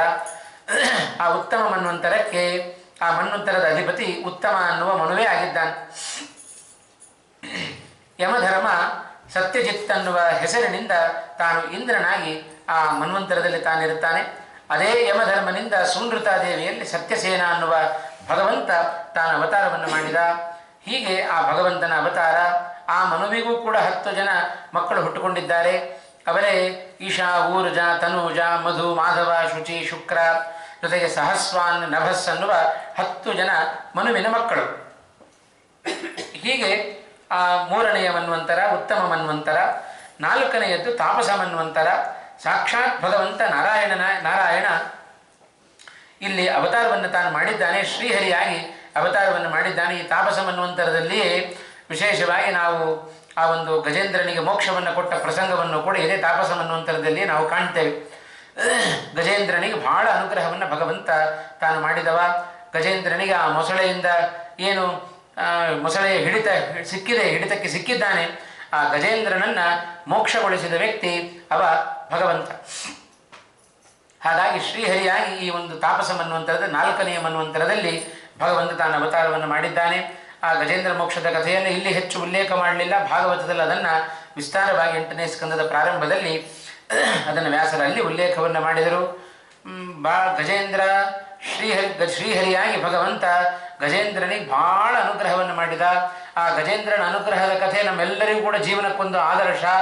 ಈಗ ಬಹಳ ಮದಭರಿತನಾಗಿ ಆ ಗಜೇಂದ್ರ, ಆನೆ ಅಂದರೆ ಯಾವಾಗಲೂ ಮದ ಇದ್ದೇ ಇರುತ್ತೆ. ಅದಕ್ಕೆ ಆನೆ ನಡೆದದ್ದೇ ಹಾದಿ ಅಂತ ಅದಕ್ಕೆ ಹೇಳೋದು. ನಾವು ನಡೆಸಿದಲ್ಲಿ ಆನೆ ನಡೆಯೋದಿಲ್ಲ. ಹಾಗಾಗಿ ಆನೆ, ಆ ಮದಭರಿತವಾದ ಗಜೇಂದ್ರ ಎಲ್ಲ ತನ್ನ ಪರಿವಾರದವರ ಜೊತೆಗೆಲ್ಲ ಕುಳಿತು ಬಾಯಾರಿಕೆ ಆಗಿದೆ ಅಂತ ಒಂದು ಸರೋವರ ಕೇಳಿದ. ವರುಣನಿಂದ ಅಭಿಮನ್ಯವಾದ ಸರೋವರ, ಬಹಳ ತಿಳಿಯಾಗಿದೆ. ನೀರನ್ನು ಪಾನ ಮಾಡಿದ, ಬಾಯಾರಿಕೆ ತೀರಿತು. ಸುಮ್ಮನೆ ಹಾಗೆ ಬರಬೇಕೋ ಬೇಡೋ, ಬರಲಿಲ್ಲ. ಅಲ್ಲಿ ಅಧಿಕ ಪ್ರಸಂಗಿತನ ಮಾಡಲಿಕ್ಕೆ ಶುರು ಮಾಡಿದ. ಜಲಕ್ರೀಡೆಯನ್ನು ಆಡಲಿಕ್ಕೆ ಶುರು ಮಾಡಿದ. ಆಗಲೇ ಅಲ್ಲಿ ಇದ್ದ ಮೊಸಳೆ ಆ ಗಜೇಂದ್ರನ ಕಾಲನ್ನು ಹಿಡಿದು ಬಿಡಿತು. 1000 ಆನೆಗಳಷ್ಟು ಬಲ ಗಜೇಂದ್ರನಿಗೆ. ಅಷ್ಟು ಪ್ರಯತ್ನ ಪಡ್ತಾ ಇದ್ದಾನೆ. ಹಿಂದೆ ಅವನ ಅಷ್ಟೂ ಪರಿವಾರದ ಆನೆಗಳೆಲ್ಲವೂ ಎಳಿತಾ ಇದ್ದಾವೆ. ಆದರೂ ಮೊಸಳೆಯ ಆ ಹಿಡಿತದಿಂದ ಅವನಿಗೆ ಬಿಡಿಸ್ಕೊಳ್ಳಿಕ್ಕಾಗಲಿಲ್ಲ. ಎಷ್ಟು ಪ್ರಯತ್ನ ಪಟ್ಟ. 1000 ವರ್ಷಗಳ ಕಾಲ ಗಜೇಂದ್ರ ಆ ಬಂಧನದಿಂದ ಬಿಡಿಸ್ಕೊಳ್ಳಿಕ್ಕೆ ಪ್ರಯತ್ನ ಪಟ್ಟ. ಗೊತ್ತಾಯಿತು ಕೊನೆಗೆ ಇದು ನನ್ನ ಕೈಯಿಂದ ಆಗೋದಿಲ್ಲ ಅಂತ ತಿಳಿದ ಆ ಗಜೇಂದ್ರ ಕೊನೆಗೆ ಅಲ್ಲಿಯೇ ಇರತಕ್ಕಂಥ ಕಮಲವನ್ನು ತೆಗೆದು ಸಾಂಬುಜಕರಂ ನಾರಾಯಣಾಖಿಲ ಗುರೋ ಭಗವನ್ ನಮಸ್ತೆ, ಅಲ್ಲೇ ಇರತಕ್ಕಂಥ ಒಂದು ಕಮಲವನ್ನು ಎತ್ತಿ ನಾರಾಯಣ ಅಖಿಲ ಗುರೋ ತೇ ನಮಃ ಅಂತ ಆ ಭಗವಂತನಿಗೆ ನಮಸ್ಕಾರವನ್ನು ಮಾಡಿದ. ಮರುಕ್ಷಣದಲ್ಲಿ ಬಂಧನದಿಂದ ಬಿಡುಗಡೆಗೊಂಡ ಆ ಗಜೇಂದ್ರ. ಶ್ರೀಹರಿಯಾಗಿ ಭಗವಂತ ಆ ಗಜೇಂದ್ರನಿಗೆ ಮೋಕ್ಷ ಕೊಟ್ಟ ಪ್ರಸಂಗವನ್ನು ನಾವು ಕಾಣ್ತಾ ಇದ್ದೇವೆ. ಈ ಕಥೆ ನಡೆದದ್ದು ಆ ತಾಪಸ ಮನ್ವಂತರದಲ್ಲಿ ನಡೆದ ಪ್ರಸಂಗ. ಬಹಳ ಚೆನ್ನಾಗಿ ಹೇಳುತ್ತಾರೆ. ಹೇಳುವಾಗ ಕರೆದು ಕೂಡಲೇ ಭಗವಂತ ಬಂದ, ಅನುಗ್ರಹವನ್ನು ಮಾಡಿದ. 1000 ವರ್ಷ ಯಾಕೆ ಕಾಯಿಸಬೇಕಾಗಿತ್ತು? ಇದು ಚೆನ್ನಾಗಿ ಹೇಳುತ್ತೆ ಭಾಗವತ ಹೇಳಬೇಕಾದ್ರೆ. ತತ್ರಾಖಿಲಾಮರವರೋ ಹರಿರಾ ವಿರಾಸೀತ್. ಗಜೇಂದ್ರ ಕರೆದ ಮರುಕ್ಷಣದಲ್ಲಿ ಅಲ್ಲಿಯೇ ಇದ್ದ ಭಗವಂತ ತಾನು ಪ್ರಕಟನಾಗಿ ಗಜೇಂದ್ರನಿಗೆ ಮೋಕ್ಷವನ್ನು ಕೊಟ್ಟ ಅಂತ ಹೇಳ್ತಾ, ಅಲ್ಲೇ ಇದ್ದ ಭಗವಂತ ನೋಡ್ತಾ ಇದ್ದಂತೆ. ಇವತ್ತು ನಾವು ಹಾಗೆ ದುಃಖದಲ್ಲಿದ್ದವರನ್ನು ನೋಡಿ ನೋಡಿ ನೋಡಿ ಸಂತೋಷ ಪಡ್ತಾ ಇರುತ್ತೆ. ಹಾಗೆ ಗಜೇಂದ್ರನನ್ನು ನೋಡಿ ಭಗವಂತ ಸಂತೋಷ ಪಡ್ತಾ ಇದ್ದೇನೋ, ಅದಕ್ಕೆ ನಿಂತದ್ದಲ್ಲ ಭಗವಂತ. ಅವ ಕರೀಲಿ ಅಂತ ಕಾಯ್ತಾ ಇದ್ದ. ನಾವು ಕರೆಯದ ಹೊರತು ಭಗವಂತ ನಮ್ಮ ಬಳಿಗೆ ಸರ್ವಥಾ ಬರೋದಿಲ್ಲ. ಮನೆಯಲ್ಲೊಬ್ಬ ಹಾಗೆ ಊಟ ಕೂತಿದ್ದಾನೆ, ಉಪ್ಪು ಹಾಕಿ ಬರ್ರಿ ಅಂತ ಕರೆದ. ಎಲ್ಲರೂ ಇದ್ದಾರೆ, ಮಗನೂ ಇದ್ದಾನೆ, ಹೆಂಡತಿಯೂ ಇದ್ದಾಳೆ, ಯಾರೂ ಬರವಲ್ಲಂತ. ಮಗನನ್ನು ಕರೆದ. ಮಗ ಹೇಳಿದ, ಯಾಕೆ ಬರಲಿಲ್ಲ ನೀನು ಅಂತ ಕೇಳಿದ್ದಕ್ಕೆ, ಅಮ್ಮ ನನ್ನ ಕರೆದದ್ದು ಅಂತ ತಿಳ್ಕೊಂಡೆ ಅಂತ ಅವ ಅಂದ. ಹೆಂಡತಿಯನ್ನು ಕರೆದು ಕೇಳಿದರೆ, ಮಗನನ್ನು ಕರೆದ್ರಿ ಅಂತ ಅವಳು ತಿಳ್ಕೊಂಡ್ಳು ಅಂತ ಅವಳು ಹೇಳಿದ್ರು. ಒಟ್ಟಾರೆ ಹೆಸರು ಹಿಡಿದು ಕರೆಯದೇ ಇದ್ದರೆ ಯಾರೂ ಬರೋದಿಲ್ಲ ಅಂತ. ಮನೆಯಲ್ಲಿದ್ದವರೇ ಬರೋದಿಲ್ಲಂತೆ, ಇನ್ನು ಸರ್ವೋತ್ತಮನಾದ ಭಗವಂತ ಬರ್ತಾನೆ. ಕೃಷ್ಣ ನಾರಾಯಣ ಬಾ ಅಂತ ಕರೆದ್ರೆ ಬರ್ತಾನೆ, ಇಲ್ಲೇ ಹೋದರೆ ಬರೋದಿಲ್ಲ ಅವ. ಇವಾಗ ಕರೀಲಿಕ್ಕೆ 1000 ವರ್ಷ ತೆಗೆದುಕೊಂಡ ಗಜೇಂದ್ರ, ಅದು ತಪ್ಪು ಯಾರದ್ದು? ಇವನದ್ದೇ. ಆ ಮೊಸಳೆ ಹಿಡಿದು ಕೂಡಲೇ ಟೊಂಕಕ್ಕೆ ಕೈಕಟ್ಟಿ ನಿಂತುಕೊಂಡಿದ್ದಾನೆ ಭಗವಂತ ರಕ್ಷಣೆ ಮಾಡಲಿಕ್ಕೆ. ಯಾವಾಗ ಇವಾಗ ಕರೀತಾನೆ, ನಾನು ಯಾವಾಗ ಹೋಗಲಿ ಅಂತ ಕಾಯ್ತಾ ನಿಂತವ ಭಗವಂತ. ಇದರಲ್ಲಿ ಭಗವಂತನ ತಪ್ಪಲ್ಲ, ಕರೆದ ಕರೆಯುವಿಕೆಯನ್ನು ನಿಧಾನ ಮಾಡಿದ್ದು ಅದು ಗಜೇಂದ್ರನ ತಪ್ಪು. ಹಾಗಾಗಿ ಆ ಗಜೇಂದ್ರ ಪ್ರಸಂಗವನ್ನು ಕಂಡಾಗ ನಾವು ಎಚ್ಚೆತ್ತುಕೊಳ್ಬೇಕು. ಅಪಾಯ ಬಂದ ನಂತರದಲ್ಲಿ ಭಗವಂತನನ್ನು ಕರೆಯೋದಲ್ಲ, ಮೊದಲೇ ಭಗವಂತನನ್ನು ಕರೆದು ಅಂಬರೀಷನಂತೆ ನಾವು ಬಗಲಲ್ಲಿ ಇಟ್ಕೊಂಡ್ಬಿಟ್ರೆ ಅಪಾಯ ಬಂದು ಕೂಡಲೇ ಭಗವಂತ ನಮ್ಮನ್ನು ರಕ್ಷಣೆ ಮಾಡಿಬಿಡುತ್ತಾನೆ. ಇದೆಲ್ಲ ಪುರಾಣ ಇತಿಹಾಸಗಳಲ್ಲಿ ಕಾಣುವ ಆ ಕಥೆಗಳಿಂದ ನಾವೆಲ್ಲ ಅಳವಡಿಸಿಕೊಳ್ಬೇಕಾಗಿರತಕ್ಕಂಥ ಸಂದೇಶಗಳಿದು, ಧರ್ಮಗಳು. ಇದೆಲ್ಲ ಭಾಗವತ ಧರ್ಮಗಳು. ಆ ತಾಪಸ ಮನ್ವಂತರದಲ್ಲಿ ಕಾವ್ಯ, ಪೃಥು, ಅಗ್ನಿ, ಜನ್ಯು, ಧಾತ, ಕಪಿವಂತ, ಅಕಪಿವಂತ ಎಂಬುದಾಗಿ ಸಪ್ತ ಋಷಿಗಳು. ಆ ತಾಪಸ ಅನ್ನುವ ಮನುವಿಗೂ ಕೂಡ 10 ಜನ ಮಕ್ಕಳು, ಪ್ರತಿಯೊಂದು ಮನುವಿಗೂ ಕೂಡ 10 ಜನ ಮಕ್ಕಳನ್ನು ಇಲ್ಲಿ ವ್ಯಾಸರು ಉಲ್ಲೇಖ ಮಾಡುತ್ತಾ ಇದ್ದಾರೆ. ನಂತರದಲ್ಲಿ 5ನೆಯ ಮನ್ವಂತರ ರೈವತ ಮನ್ವಂತರ. ಆ ರೈವತ ಮನ್ವಂತರದಲ್ಲಿ ಸಪ್ತ ಋಷಿಗಳು ಅದನ್ನು ಉಲ್ಲೇಖ ಮಾಡಿದರು. ವೇದಬಾಹು, ಯದದ್ರು ಎಂಬುದಾಗಿ 7 ಜನ ಋಷಿಗಳಿದ್ದಾರೆ. ಆ ಮನುವಿಗೂ ಕೂಡ ರೈವತ ಮನ್ವಂತರದಲ್ಲಿ ಅಭೂತ, ರಜಸ್, ಪ್ರಕೃತಿ, ಪಾರಿಪ್ಲವ ಅನ್ನುವ ದೇವತೆಗಳು ಇದ್ದಾರೆ. ಮನುಪುತ್ರರು ಕೂಡ ಅವರು 10 ಜನರನ್ನ ಉಲ್ಲೇಖ ಮಾಡಿತು ಪುರಾಣ. 6ನೆಯ ಮನ್ವಂತರ ಚಾಕ್ಷುಷ ಮನ್ವಂತರ. ಆ ಚಾಕ್ಷುಷ ಮನ್ವಂತರದಲ್ಲಿ ಭೃಗು, ನಭ, ವಿವಸ್ವಾನ್ ಅನ್ನುವ 7 ಜನ ಋಷಿಗಳು. ನಂತರದಲ್ಲಿ ಅಜಿತ ನಾಮಕ ಭಗವಂತ ಅಲ್ಲಿ ಅವತಾರವನ್ನು ಮಾಡಿದ ಕಥೆಯನ್ನು ನಾವು ಕೇಳುತ್ತೇವೆ. ಚಾಕ್ಷುಷ ಮನ್ವಂತರದಲ್ಲಿ ನಡೆದ ಪ್ರಸಂಗ. ಅಜಿತನಾಮಕನಾಗಿ ಭಗವಂತ ತಾನು ಮಾಡಿದ ಅದ್ಭುತವಾದ ಕೆಲಸ, ಎಲ್ಲ ದೇವತೆಗಳಿಗೆ ಅಮೃತವನ್ನು ತಂದುಕೊಟ್ಟ ರೂಪ ಅದು. ಅಜಿತನಾಮಕನಾಗಿ ಭಗವಂತ ಮಾಡಿದ ಅದ್ಭುತವಾದ ಕೆಲಸ ಅದು. ಸಮುದ್ರ ಮಥನದ ಸಂದರ್ಭದಲ್ಲಿ ಎಲ್ಲ ದೇವತೆಗಳಿಗೆ ಮೊದಲು ಅಜಿತನಾಮಕನಾಗಿ ಬಂದು ಎಲ್ಲ ದೇವತೆಗಳಿಗೆ ಆ ಪರ್ವತವನ್ನು ತರೋದರಿಂದ ಹಿಡಿದು ಅಮೃತ ಬರುವವರೆಗೆ, ಅದೇ ಸಂದರ್ಭದಲ್ಲಿಯೇ ಧನ್ವಂತರಿಯಾಗಿ ಮೋಹಿನಿಯಾಗಿ ಭಗವಂತ ತಾನು ಅವತಾರವನ್ನು ಮಾಡಿದ. ಮೊದಲು ಅಜಿತನಾಮಕನಾಗಿ ತಾನು ಅವತಾರವನ್ನು ಮಾಡಿದ. ಅದೇ ಸಂದರ್ಭದಲ್ಲಿ ಕೂರ್ಮನಾಗಿಯೂ ಭಗವಂತ ತಾನು ಅವತಾರವನ್ನು ಮಾಡಿದ. ಆ ಮುಳುಗುವ ಪರ್ವತವನ್ನು ಮೇಲೆ ಎತ್ತಿ ಹಿಡಿದ. ಎಷ್ಟು ಭಗವಂತನ ವ್ಯಾಪ್ತಿ ಆ ಸಂದರ್ಭದಲ್ಲಿ. ತಾತ್ಪರ್ಯ ನಡೆಯಿದರೆ ಶ್ರೀಮದಾಚಾರ್ಯ ಬಹಳ ಸ್ಪಷ್ಟವಾಗಿ ಬರೀತಾರೆ. ಅಮೃತ ಕ್ಷೀರಸಾಗರವನ್ನು ಮಥನ ಮಾಡಿದ್ದು ದೇವತೆಗಳೂ ಅಲ್ಲ, ಅಸುರರೂ ಅಲ್ಲ, ಭಗವಂತ ಮಥನವನ್ನು ಮಾಡಿದ್ದು. ಹೇಗೆ ಅಂದರೆ ನೋಡ್ರಿ, ವಿಸ್ತಾರವಾಗಿ ಬರೆದರು ಶ್ರೀಮದಾಚಾರ್ಯರು. ಆ ಪರ್ವತವೇ, ಮಂದರ ಪರ್ವತವೇ 20,000 ಯೋಜನ ಭಾರವಾದದ್ದು. ಆ ಅಷ್ಟು ವ್ಯಾಪ್ತಿ. ಭೂಮಿಯ ಮೇಲ್ಭಾಗದಲ್ಲಿ 10,000 ಯೋಜನ, ಭೂಮಿಯ ಒಳಭಾಗದಲ್ಲಿ 10,000 ಯೋಜನ ಅದು ವ್ಯಾಪಿಸಿ ಬಿಟ್ಟಿದೆ ಆ ಪರ್ವತ. ರುದ್ರದೇವರ ವರ ಬೇರೆ, ಯಾರೋ ಪರ್ವತವನ್ನು ಅಲುಗಾಡಿಸಬಾರದು ಅಂತ ರುದ್ರದೇವರು ವರ ಬೇರೆ ಕೊಟ್ಟಿದ್ದಾರೆ. ಅಂಥ ಪರ್ವತವನ್ನ ಅನಾಯಾಸವಾಗಿ ಭಗವಂತ ತೆಗೆದು ಗರುಡನ ಮೇಲಿಟ್ಟ. ಗರುಡ ಹೊತ್ತುಕೊಂಡು ಬಂದು ಸಮುದ್ರಕ್ಕೆ ಹಾಕಿದ. ಸಮುದ್ರದಲ್ಲಿ ಭಾರಕ್ಕೆ ಆ ಪರ್ವತ ಮುಳುಗಲಿಕ್ಕೆ ಪ್ರಾರಂಭ ಆಯಿತು. ಕೆಳಗಡೆ ಕೂರ್ಮ ರೂಪದಿಂದ ಆ ಪರ್ವತವನ್ನು ಹೊತ್ತು ನಿಂತ ಭಗವಂತ. ದೇವತೆಗಳು, ಅಸುರರು ಕಡಿತಾ ಇದ್ದಾರೆ. ವಾಸುಕಿಯನ್ನ ಕಡಗೋಲನ್ನಾಗಿ ಮಾಡಿಕೊಂಡಿದ್ದಾರೆ. ದೇವತೆಗಳಿಗೂ ಆಯಾಸ ಆಯಿತು, ದೈತ್ಯರಿಗೂ ಆಯಾಸ ಆಯಿತು. ಎಲ್ಲರ ಒಳಗೂ ಒಂದೊಂದು ರೂಪದಿಂದ ಪ್ರವೇಶ ಮಾಡಿದ. ವಾಸುಕಿಗೆ ಆಯಾಸ ಆಯಿತು, ಹಗ್ಗದ ರೂಪದಲ್ಲಿರುವ ವಾಸುಕಿಗೆ. ಅವನ ಒಳಗೂ ಒಂದು ರೂಪದಿಂದ ಪ್ರವೇಶ ಮಾಡಿದ. ಪರ್ವತ ಮೇಲೆ ಹಾರಲಿಕ್ಕೆ ಪ್ರಾರಂಭ ಆಯಿತು. ಹಾರದಂತೆ ಮೇಲ್ಗಡೆ ಒಂದು ರೂಪದಿಂದ ತಡೆದ. ಒತ್ತಡಕ್ಕೆ ಪರ್ವತ ಪುಡಿ ಪುಡಿ ಆಗಲಿಕ್ಕೆ ಪ್ರಾರಂಭ ಆಯಿತು. ಪರ್ವತದ ಒಳಗೂ ಒಂದು ರೂಪದಿಂದ ಪ್ರವೇಶ ಮಾಡಿದ. ಅಮೃತದ ಮಥನದ, ಆ ಸಮುದ್ರ ಮಥನದ ಕಾರ್ಯ ಅದು ನಿರ್ವಿಘ್ನವಾಗಿ ನಡೆಯಿತು. ಹಾಗಾಗಿ ಕೊನೆಗೆ ಅಮೃತ ಬಂತು. ಆ ಅಮೃತ ಬಂದದ್ದು ಯಾಕೆ ಅಂತ ಹೇಳಿದರೆ, ಭಾಗವತ ಒಳ್ಳೆ ಕಾರಣವನ್ನು ಈ ಸಂದರ್ಭದಲ್ಲಿ ಕೊಡುತ್ತೆ ನಮಗೆ. ಫಲಮಂಜಸಾಪುಹು ತತ್ಪಾದ ಪಂಕಜರಜ ಶಯಣಾನ್ನ ದೈತ್ಯಾಹ. ಯಾಕೆ ದೇವತೆಗಳು ಅಮೃತವನ್ನು ಪಡೆದರು, ದೈತ್ಯರು ಯಾಕೆ ಪಡೆಯಲಿಲ್ಲ ಅಂತ ಹೇಳಿದರೆ, ಅವರೆಲ್ಲ ಭಗವಂತನ ಪಾದಾರವಿಂದಗಳನ್ನು ಆಶ್ರಯಿಸಿದ್ದಾರೆ ದೇವತೆಗಳು. ಆದ್ದರಿಂದ ಅವರಿಗೆ ಅಮೃತ ಸಿಕ್ತು, ದೈತ್ಯರಿಗೆ ಸಿಗಲಿಲ್ಲ. ಹೀಗೆ ಆ 6ನೆಯ ಮನ್ವಂತರ ಚಾಕ್ಷುಷ ಮನ್ವಂತರ. ಆ ಚಾಕ್ಷುಷ ಮನ್ವಂತರದಲ್ಲಿ ಭಗವಂತನ ನಾನಾ ರೀತಿಯಾದ ಲೀಲೆಗಳನ್ನೆಲ್ಲ ನಾವು ಕಾಣಲಿಕ್ಕೆ ಸಾಧ್ಯತೆ ಇದೆ. ಆ ಚಾಕ್ಷುಷ ಮನುವಿಗೂ ಕೂಡ 10 ಜನ ಮಕ್ಕಳು ಹುಟ್ಟುಕೊಂಡಿದ್ದಾರೆ. ಆ 10 ಜನ ಹೆಸರನ್ನ ಹರಿವಂಶ ಇಲ್ಲಿ ಉಲ್ಲೇಖ ಮಾಡಿದೆ. ಅನೇಕ ಜನ ದೇವತೆಗಳ ಗಣಗಳು ಕೂಡ ಲೇಖರು, ಆದ್ಯರು, ಪ್ರಭೂತರು, ಋಭುಗಳು, ಪೃಥಗ್ಭಾವರು ಎಂಬುದಾಗಿ 5 ಜನ ದೇವತೆಗಳ ಗಣ. ಜೊತೆಗೆ ಆ ಚಾಕ್ಷುಷ ಮನುವಿಗೂ ಕೂಡ 10 ಜನ ಮಕ್ಕಳು ಹುಟ್ಟಿಕೊಂಡಿದ್ದಾರೆ. ಇದು ಚಾಕ್ಷುಷ ಮನ್ವಂತರದಲ್ಲಿ ನಡೆದ ಪ್ರಸಂಗ. ಇನ್ನು 7ನೆಯ ಮನ್ವಂತರ ಅದು ಪ್ರಸಕ್ತ ನಾವಿರ್ತಕ್ಕಂಥ ಮನ್ವಂತರ, ಅದೇ ವೈವಸ್ವತ ಮನ್ವಂತರ. ಈ ಮನ್ವಂತರದಲ್ಲಿ ಸೂರ್ಯನ ಮಗನಾಗಿರ್ತಕ್ಕಂಥ ಶ್ರಾದ್ದದೇವ, ಆ ಶ್ರಾದ್ದದೇವನೇ ಮನು ಮಹಾರಾಜನಾಗಿ ಈ ವೈವಸ್ವತ ಮನ್ವಂತರದಲ್ಲಿ ಇದ್ದಾನೆ. ಈ ಮನ್ವಂತರದಲ್ಲಿ ಅತ್ರಿ, ವಸಿಷ್ಠ, ಕಶ್ಯಪ, ಗೌತಮ, ಭರದ್ವಾಜ, ವಿಶ್ವಾಮಿತ್ರ ಮತ್ತು ಜಮದಗ್ನಿ ಅಂತ 7 ಜನ ಋಷಿಗಳು. ಜೊತೆಗೆ 11 ರುದ್ರರು, 10 ಜನ ವಿಶ್ವ ದೇವತೆಗಳು, 49 ಜನ ಮರುತ್ತುಗಳ ಗಣ, 12 ಆದಿತ್ಯರು. ಇವರೆಲ್ಲ ಈ ವೈವಸ್ವತ ಮನ್ವಂತರದಲ್ಲಿ ದೇವತೆಗಳು ಅಂತ ಹೇಳ್ತಾರೆ. ಬಹಳ ಶ್ರೇಷ್ಠವಾದ ಮನ್ವಂತರ, ಅದು ವೈವಸ್ವತ ಮನ್ವಂತರ. ಆ ಮನ್ವಂತರದಲ್ಲಿ ಸದ್ಯ ನಾವಿದ್ದೇವೆ. ಈ ಮನುವಿಗೆ ಮತ್ತೆ ಅನೇಕ ಜನ ಮಕ್ಕಳು, ಇಕ್ಷ್ವಾಕು, ನೃಗ, ಧೃಷ್ಣು, ಶರ್ಯಾತಿ, ನರಿಷ್ಯಂತ, ನಾಭಾಗ, ಅರಿಷ್ಟ, ಕರುಷ, ಪುರುಷದ್ರ ಅಂತ ಇಷ್ಟು ಜನ ಮನುವಿನ ಮಕ್ಕಳು.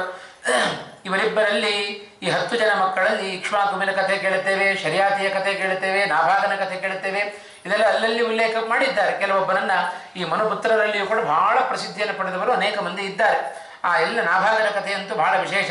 ಆ ನಾಭಾಗ ಅಂತೂ ಪ್ರಾಮಾಣಿಕತೆ, ಸತ್ಯ. ಈ ಮನು ಮತ್ತೆ ವೈವಸ್ವತ ಮನುವಿನ ಮಗ ಅವ ನಾಭಾಗ. ಎಲ್ಲ ವೈವಸ್ವತ ಮನುವಿಗೆ 10 ಜನ ಮಕ್ಕಳು. ಈ ನಾಭಾಗನೇ ಗುರುಕುಲದ ಅಧ್ಯಯನವನ್ನು ಮುಗಿಸಿಕೊಂಡು ಬರುವಾಗ ಎಲ್ಲ ಸಹೋದರೆಲ್ಲ ಆಸ್ತಿಯನ್ನು ಹಂಚಿಕೊಂಡ್ಬಿಟ್ಟಿದ್ದಾರೆ.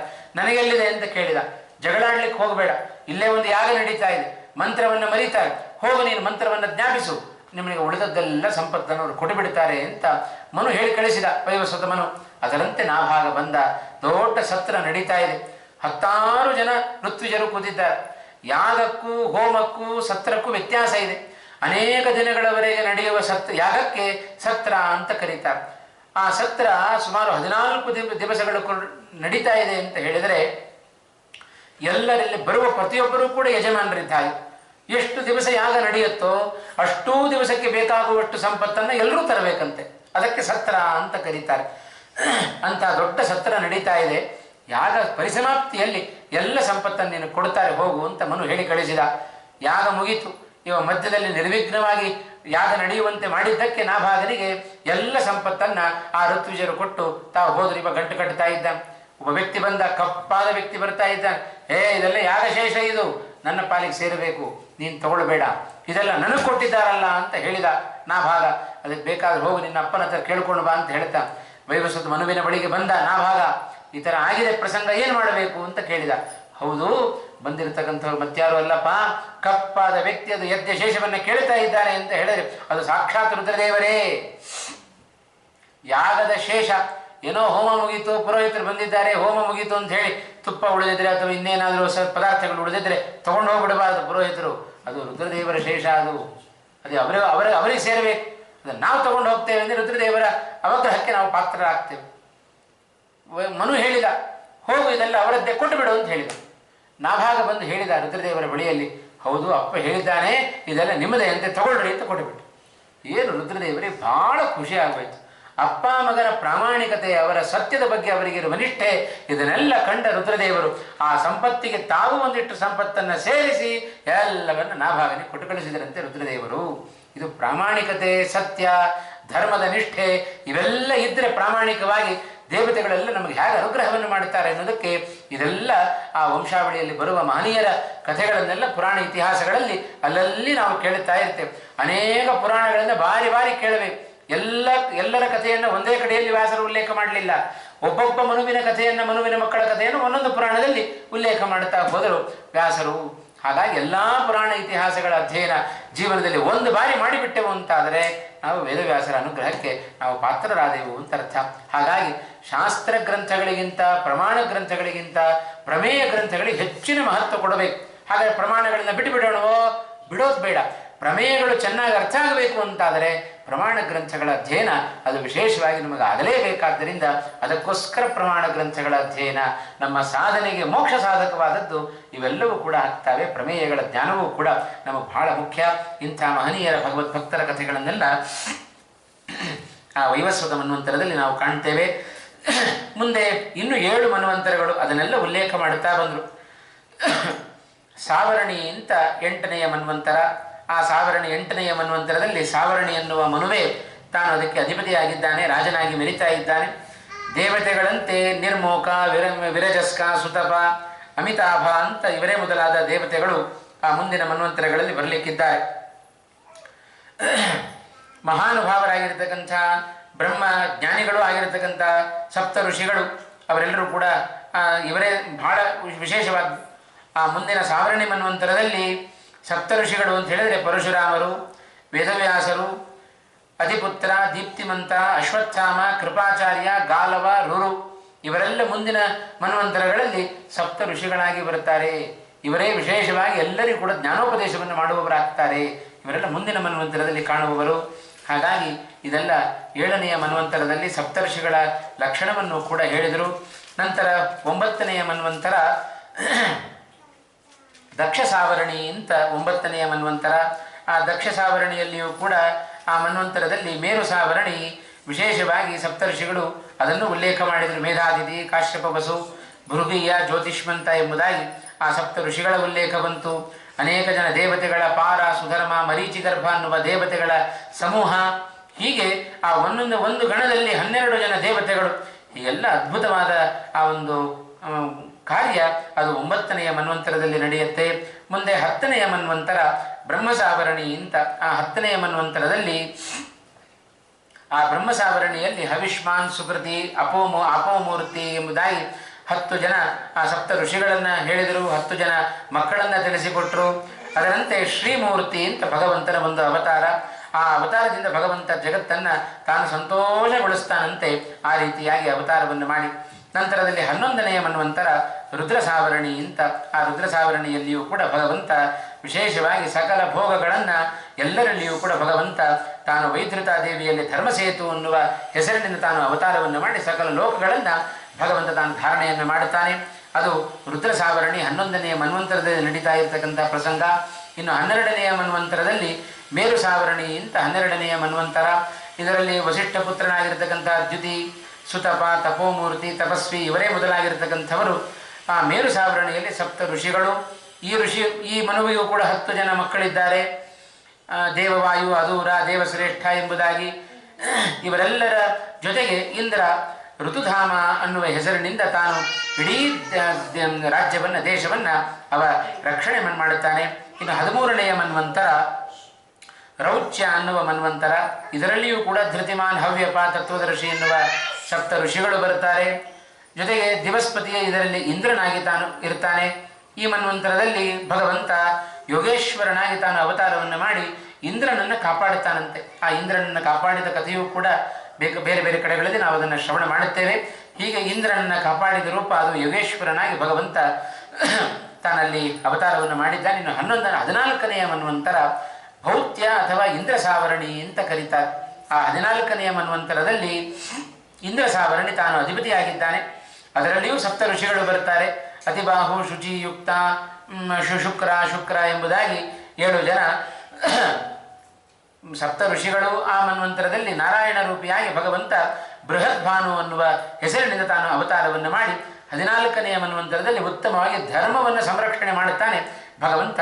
ಆ 14ನೆಯ ಮನ್ವಂತರದಲ್ಲಿ ಆ 14ನೆಯ ಮನು ಇಂದ್ರ ಸಾವರಣಿ, ಅವನಿಗೂ ಕೂಡ 10 ಜನ ಮಕ್ಕಳು. ಹೀಗೆ ಪ್ರತಿಯೊಂದು 14 ಜನ ಮನುಗಳು, ಆ 14 ಜನ ಮನುಗಳಿಗೂ ಕೂಡ 10 ಜನ ಮಕ್ಕಳನ್ನು ಭಗವಂತ ತಾನು ಕೊಡ್ತಾ ಇದ್ದಾನೆ. ಹೀಗೆಲ್ಲ ಈ ಮನುವಿನ ಮನ್ವಂತರದ ಕಾಲಮಾನ, ನಂತರದಲ್ಲಿ ಒಂದೊಂದು ಮನ್ವಂತರಗಳು ಕೂಡ ಎಷ್ಟೆಷ್ಟು ಕಾಲಮಾನ ಅದನ್ನು ಕೂಡ ಬಹಳ ವಿಸ್ತಾರವಾಗಿ ಜನಮೇಜಯನಿಗೆ ವೈಶಂಪಾಯನರು ತಿಳಿಸ್ತಾರೆ. ಹೀಗೆ ಈ ಒಂದು ಮನ್ವಂತರ ಕಲ್ಪವನ್ನು, ಮನ್ವಂತರದ ಈ ಒಂದು ಪ್ರಸಂಗವನ್ನು ಯಾರು ಚೆನ್ನಾಗಿ ವಿಶೇಷವಾಗಿ ವಿಸ್ತಾರವಾಗಿ ಶ್ರವಣವನ್ನು ಮಾಡುತ್ತಾರೆಯೋ ಅಂಥ ವ್ಯಕ್ತಿ ದೀರ್ಘವಾದ ಆಯುಷ್ಯವನ್ನು ತಾನು ಪಡೆದುಕೊಂಡು ಭೂಮಿಯಲ್ಲಿ ವಿಶೇಷವಾಗಿ ಕೀರ್ತಿಯನ್ನು ಸಂಪಾದನೆ ಮಾಡುತ್ತಾನೆ. ಇದು ಈ ವೈವಸ್ವತ 14 ಮನ್ವಂತರಗಳ ಆ ಕಥೆಯನ್ನು ಸಂಕ್ಷೇಪವಾಗಿ ನಾವು ಕೇಳಿದ್ದೇವೆ. ಇನ್ನು ವಿಸ್ತಾರವಾಗಿ ಕೇಳಿದರೆ ನಮ್ಮ ದೀರ್ಘವಾದ ಆಯುಷ್ಯ, ಒಳ್ಳೆಯ ಕೀರ್ತಿ ಎಲ್ಲವನ್ನೂ ಕೂಡ ಅದರಿಂದ ನಾವು ಪಡೆಯಲಿಕ್ಕೆ ಸಾಧ್ಯತೆ ಉಂಟು ಅಂತ ವೈಶಂಪಾಯನರು ಅದೊಂದು ಅಂಶವನ್ನು ತಿಳಿಸಿದರು. ನಂತರ ಇದನ್ನು ಹೇಳುವಾಗ ಪಿತೃಗಳ ವಿಚಾರವನ್ನು ಕೂಡ ಜನಮೇಜಯ ತಾನು ಕೇಳುತ್ತಾನೆ. ಪಿತೃದೇವತೆಗಳ ದೇವತಾಮಾನ ಅವುಗಳನ್ನು ಕೂಡ ಉಲ್ಲೇಖ ಮಾಡುತ್ತಾರೆ ವೈಶಂಪಾಯನರು. ಅದರ ಬಗ್ಗೆ ವಿಶೇಷವಾದ ಜಿಜ್ಞಾಸೆಯನ್ನು ತಾನು ಕೇಳುತ್ತಾನೆ. ಈ ಹರಿವಂಶದಲ್ಲಿ ಬರುವ ಅದೊಂದು ದೊಡ್ಡ ಭಾಗ, ಅದು ಶ್ರಾದ್ದಕಲ್ಪ ಅಂತ ಕರೀತಾರೆ, ಪಿತೃಕಲ್ಪ ಅಂತ ಕರೀತಾರೆ. ಅದನ್ನು ಕೂಡ ಈ ಸಮಯದಲ್ಲಿ ಶ್ರವಣ ಮಾಡಬೇಕಾದ್ದು ಬಹಳ ಮುಖ್ಯ. ಯಾಕೆಂದರೆ ಅನೇಕರಿಗೆ ಪುತ್ರ ಸಂತಾನ ಇಲ್ಲ ಅಂತಾದರೆ ಬೇಕಾದಷ್ಟು ಮಾನವ ಪ್ರಯತ್ನ ಎಲ್ಲ ಮಾಡಿ ಆಯಿತು, ಆದರೂ ಸಂತಾನ ಭಾಗ್ಯ ಆಗ್ತಾ ಇಲ್ಲ ಅಂತ ಹೇಳಿದರೆ ಜಾತಕ ತೋರಿಸ್ತೇವೆ. ಏನು ಹೇಳ್ತಾರೆ ಅವರು? ಜ್ಯೋತಿಷ್ಕರು ಹೇಳೋದುಂಟು ಸಾಮಾನ್ಯವಾಗಿ ಪಿತೃದೋಷ ಇದೆ ಅಂತ ಹೇಳಿಬಿಡ್ತಾರೆ. ಏನು ಮಾಡಬೇಕು? ಪಿತೃದೋಷ ಪರಿಹಾರ ಮಾಡಿಕೊಡ್ಬೇಕು. ಯಾಕೆ ಪಿತೃದೋಷ ಬಂದದ್ದು? ಯಾಕೆ? ಆ ಪಿತೃಗಳ ತೃಪ್ತಿ ಸರಿಯಾಗಿ ನಮ್ಮಿಂದ ಆಗಿಲ್ಲ. ಆದ್ದರಿಂದ ಆ ಪಿತೃದೋಷಕ್ಕೆ ಕಾರಣೀಭೂತರಾಗಿದ್ದೇವೆ ನಾವು. ಆ ಪಿತೃಗಳು ಏನು ಮಾಡುತ್ತಾರೆ? ಮೊದಲು ಪಿತೃಗಳ ಅವಗ್ರಹ ಆಗೋದೇ ನಮ್ಮ ಮುಂದಿನ ಸಂತಾನಕ್ಕೆ. ಆ ಸಂತಾನ, ನಮ್ಮ ಮುಂದಿನ ಸಂತಾನ ಸತ್ಸಂತಾನ ಆಗಬೇಕು, ಹುಟ್ಟಿದ ಸಂತಾನದ ಚೆನ್ನಾಗಿ ಬೆಳಿಬೇಕು, ಒಳ್ಳೆಯ ಕೀರ್ತಿವಂತನಾಗಬೇಕು ನಮ್ಮ ಮಕ್ಕಳು ಅಂತಾದರೆ ಪಿತೃದೇವತೆಗಳ ಅನುಗ್ರಹವನ್ನು ಬಹಳ ಮುಖ್ಯವಾಗಿ ನಾವು ಸಂಪಾದನೆ ಮಾಡಬೇಕು. ಹಾಗಾಗಿ ಪಿತೃದೇವತೆಗಳ ಅನುಗ್ರಹ ಪಡಿಬೇಕು ಅಂತಾದರೆ ಪಿತೃಶ್ರಾದ್ದವನ್ನು ಮಾಡು. ಹಾಗಾದರೆ ಶ್ರಾದ್ದವನ್ನು ಮಾಡೋದು ಯಾರಿಗೆ?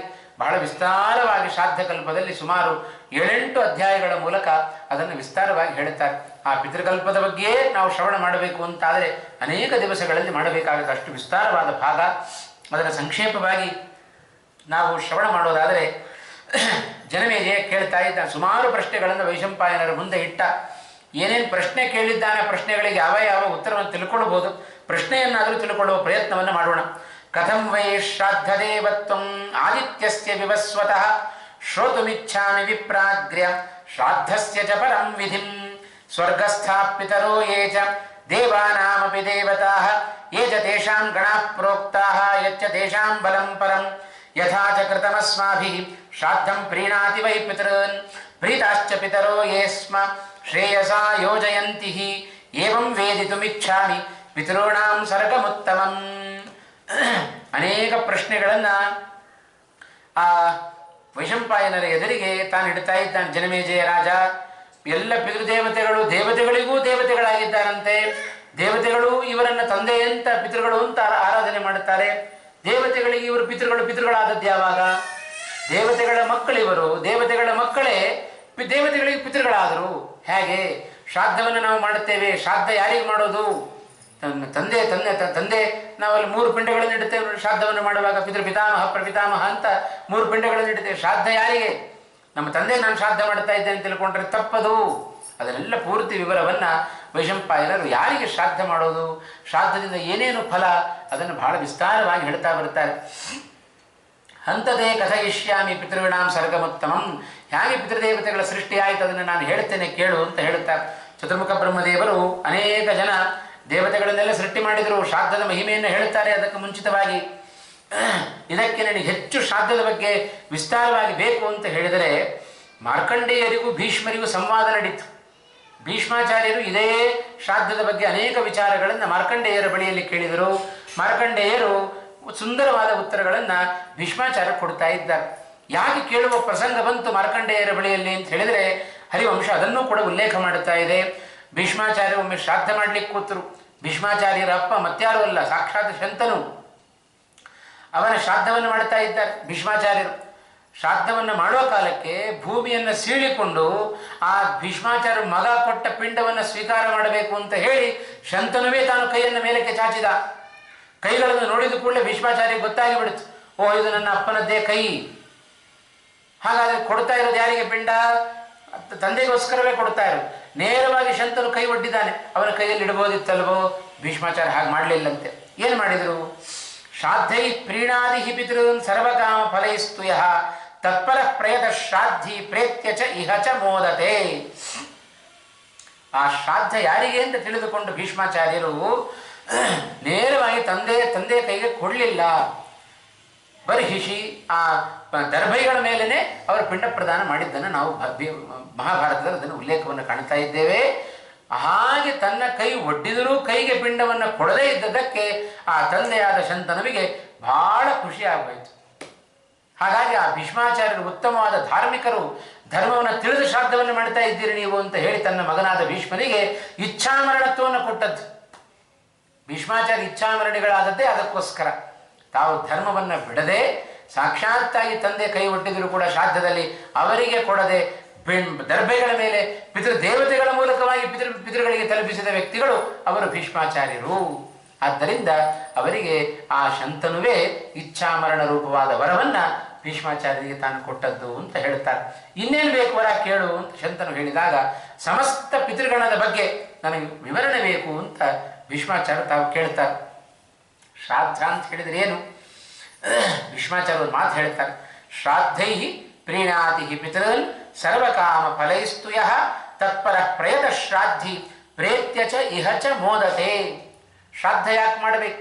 ಕೆಲವರೆಲ್ಲ ಅನ್ಕೊಳ್ಳೋದುಂಟು, ನಮ್ಮಪ್ಪ ನನ್ನನ್ನು ಭಾಳ ಗೋಳು ಹೊಯ್ಕೊಂಡಿದ್ದಾನೆ, ಅವನನ್ನು ಕುರಿತು ನಾನು ಶ್ರಾದ್ದ ಮಾಡೋದಿಲ್ಲ, ಮಾಡಬೇಕಾಗಿಲ್ಲ, ಯಾಕೆ ಮಾಡಬೇಕು ನಾನು? ಹೀಗೆಲ್ಲ ರಾಗ ತೆಗೆಯೋರು ಬೇಕಾದಷ್ಟು ಜನ ಮಂದಿ ಇದ್ದಾರೆ ಲೋಕದಲ್ಲಿ.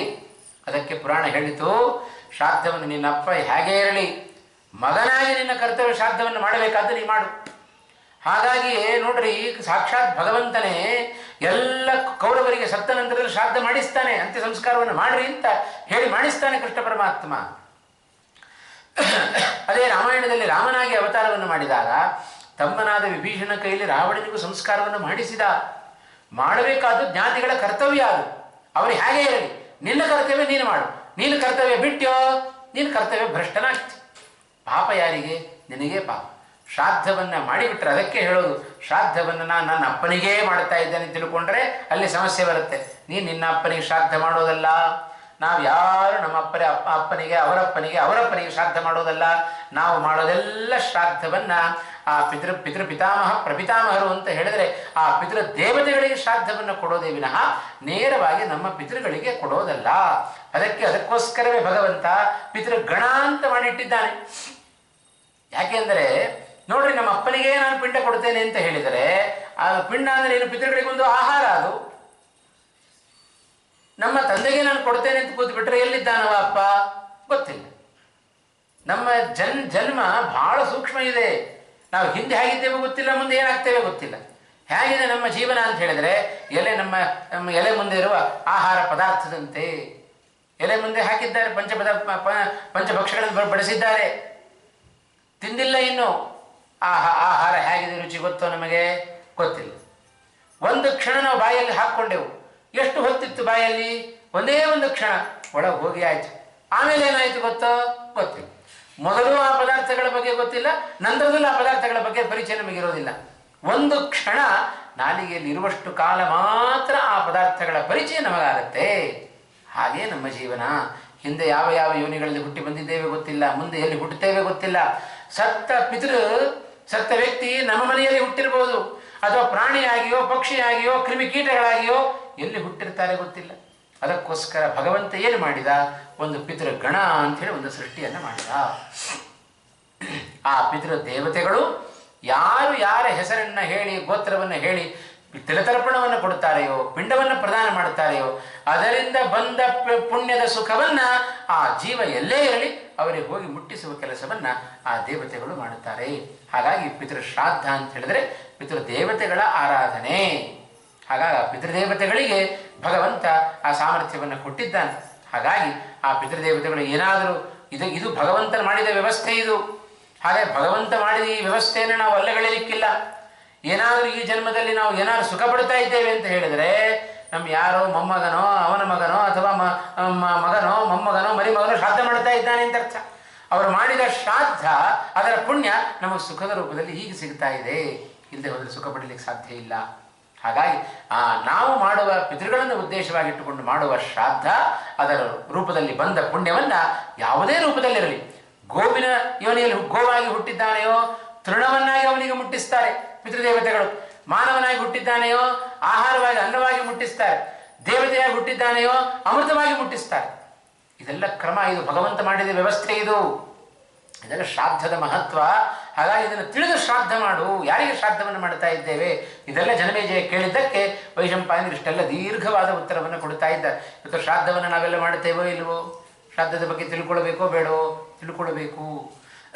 ಇಲ್ಲೆಲ್ಲ ನಾವು ಪಿಂಡ ಪ್ರದಾನ ಮಾಡುತ್ತೇವೆ.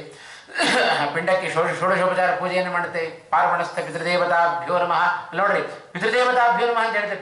ಪಿತೃಗಳಿಗೆ ಪಿತೃಭ್ಯೋ ನಮಃ ಅಂತ ಹೇಳ್ತೇವೆಯೋ, ಪಿತೃದೇವತಾಭ್ಯೋ ನಮಃ. ಆ ಪಿಂಡದ ರೂಪದಲ್ಲಿ ಪಿತೃದೇವತೆಗಳು ಸೇರಿಕೊಂಡಿದ್ದಾರೆ. ಸಾಕ್ಷಾತ್ತಾಗಿ ಭಗವಂತ ಶ್ರೀಹರಿ ಆ ಪಿಂಡದ ರೂಪದಲ್ಲಿ ಮನೆಗೆ ಬಂದಿದ್ದಾನೆ ಅಂತ ಅರ್ಥ.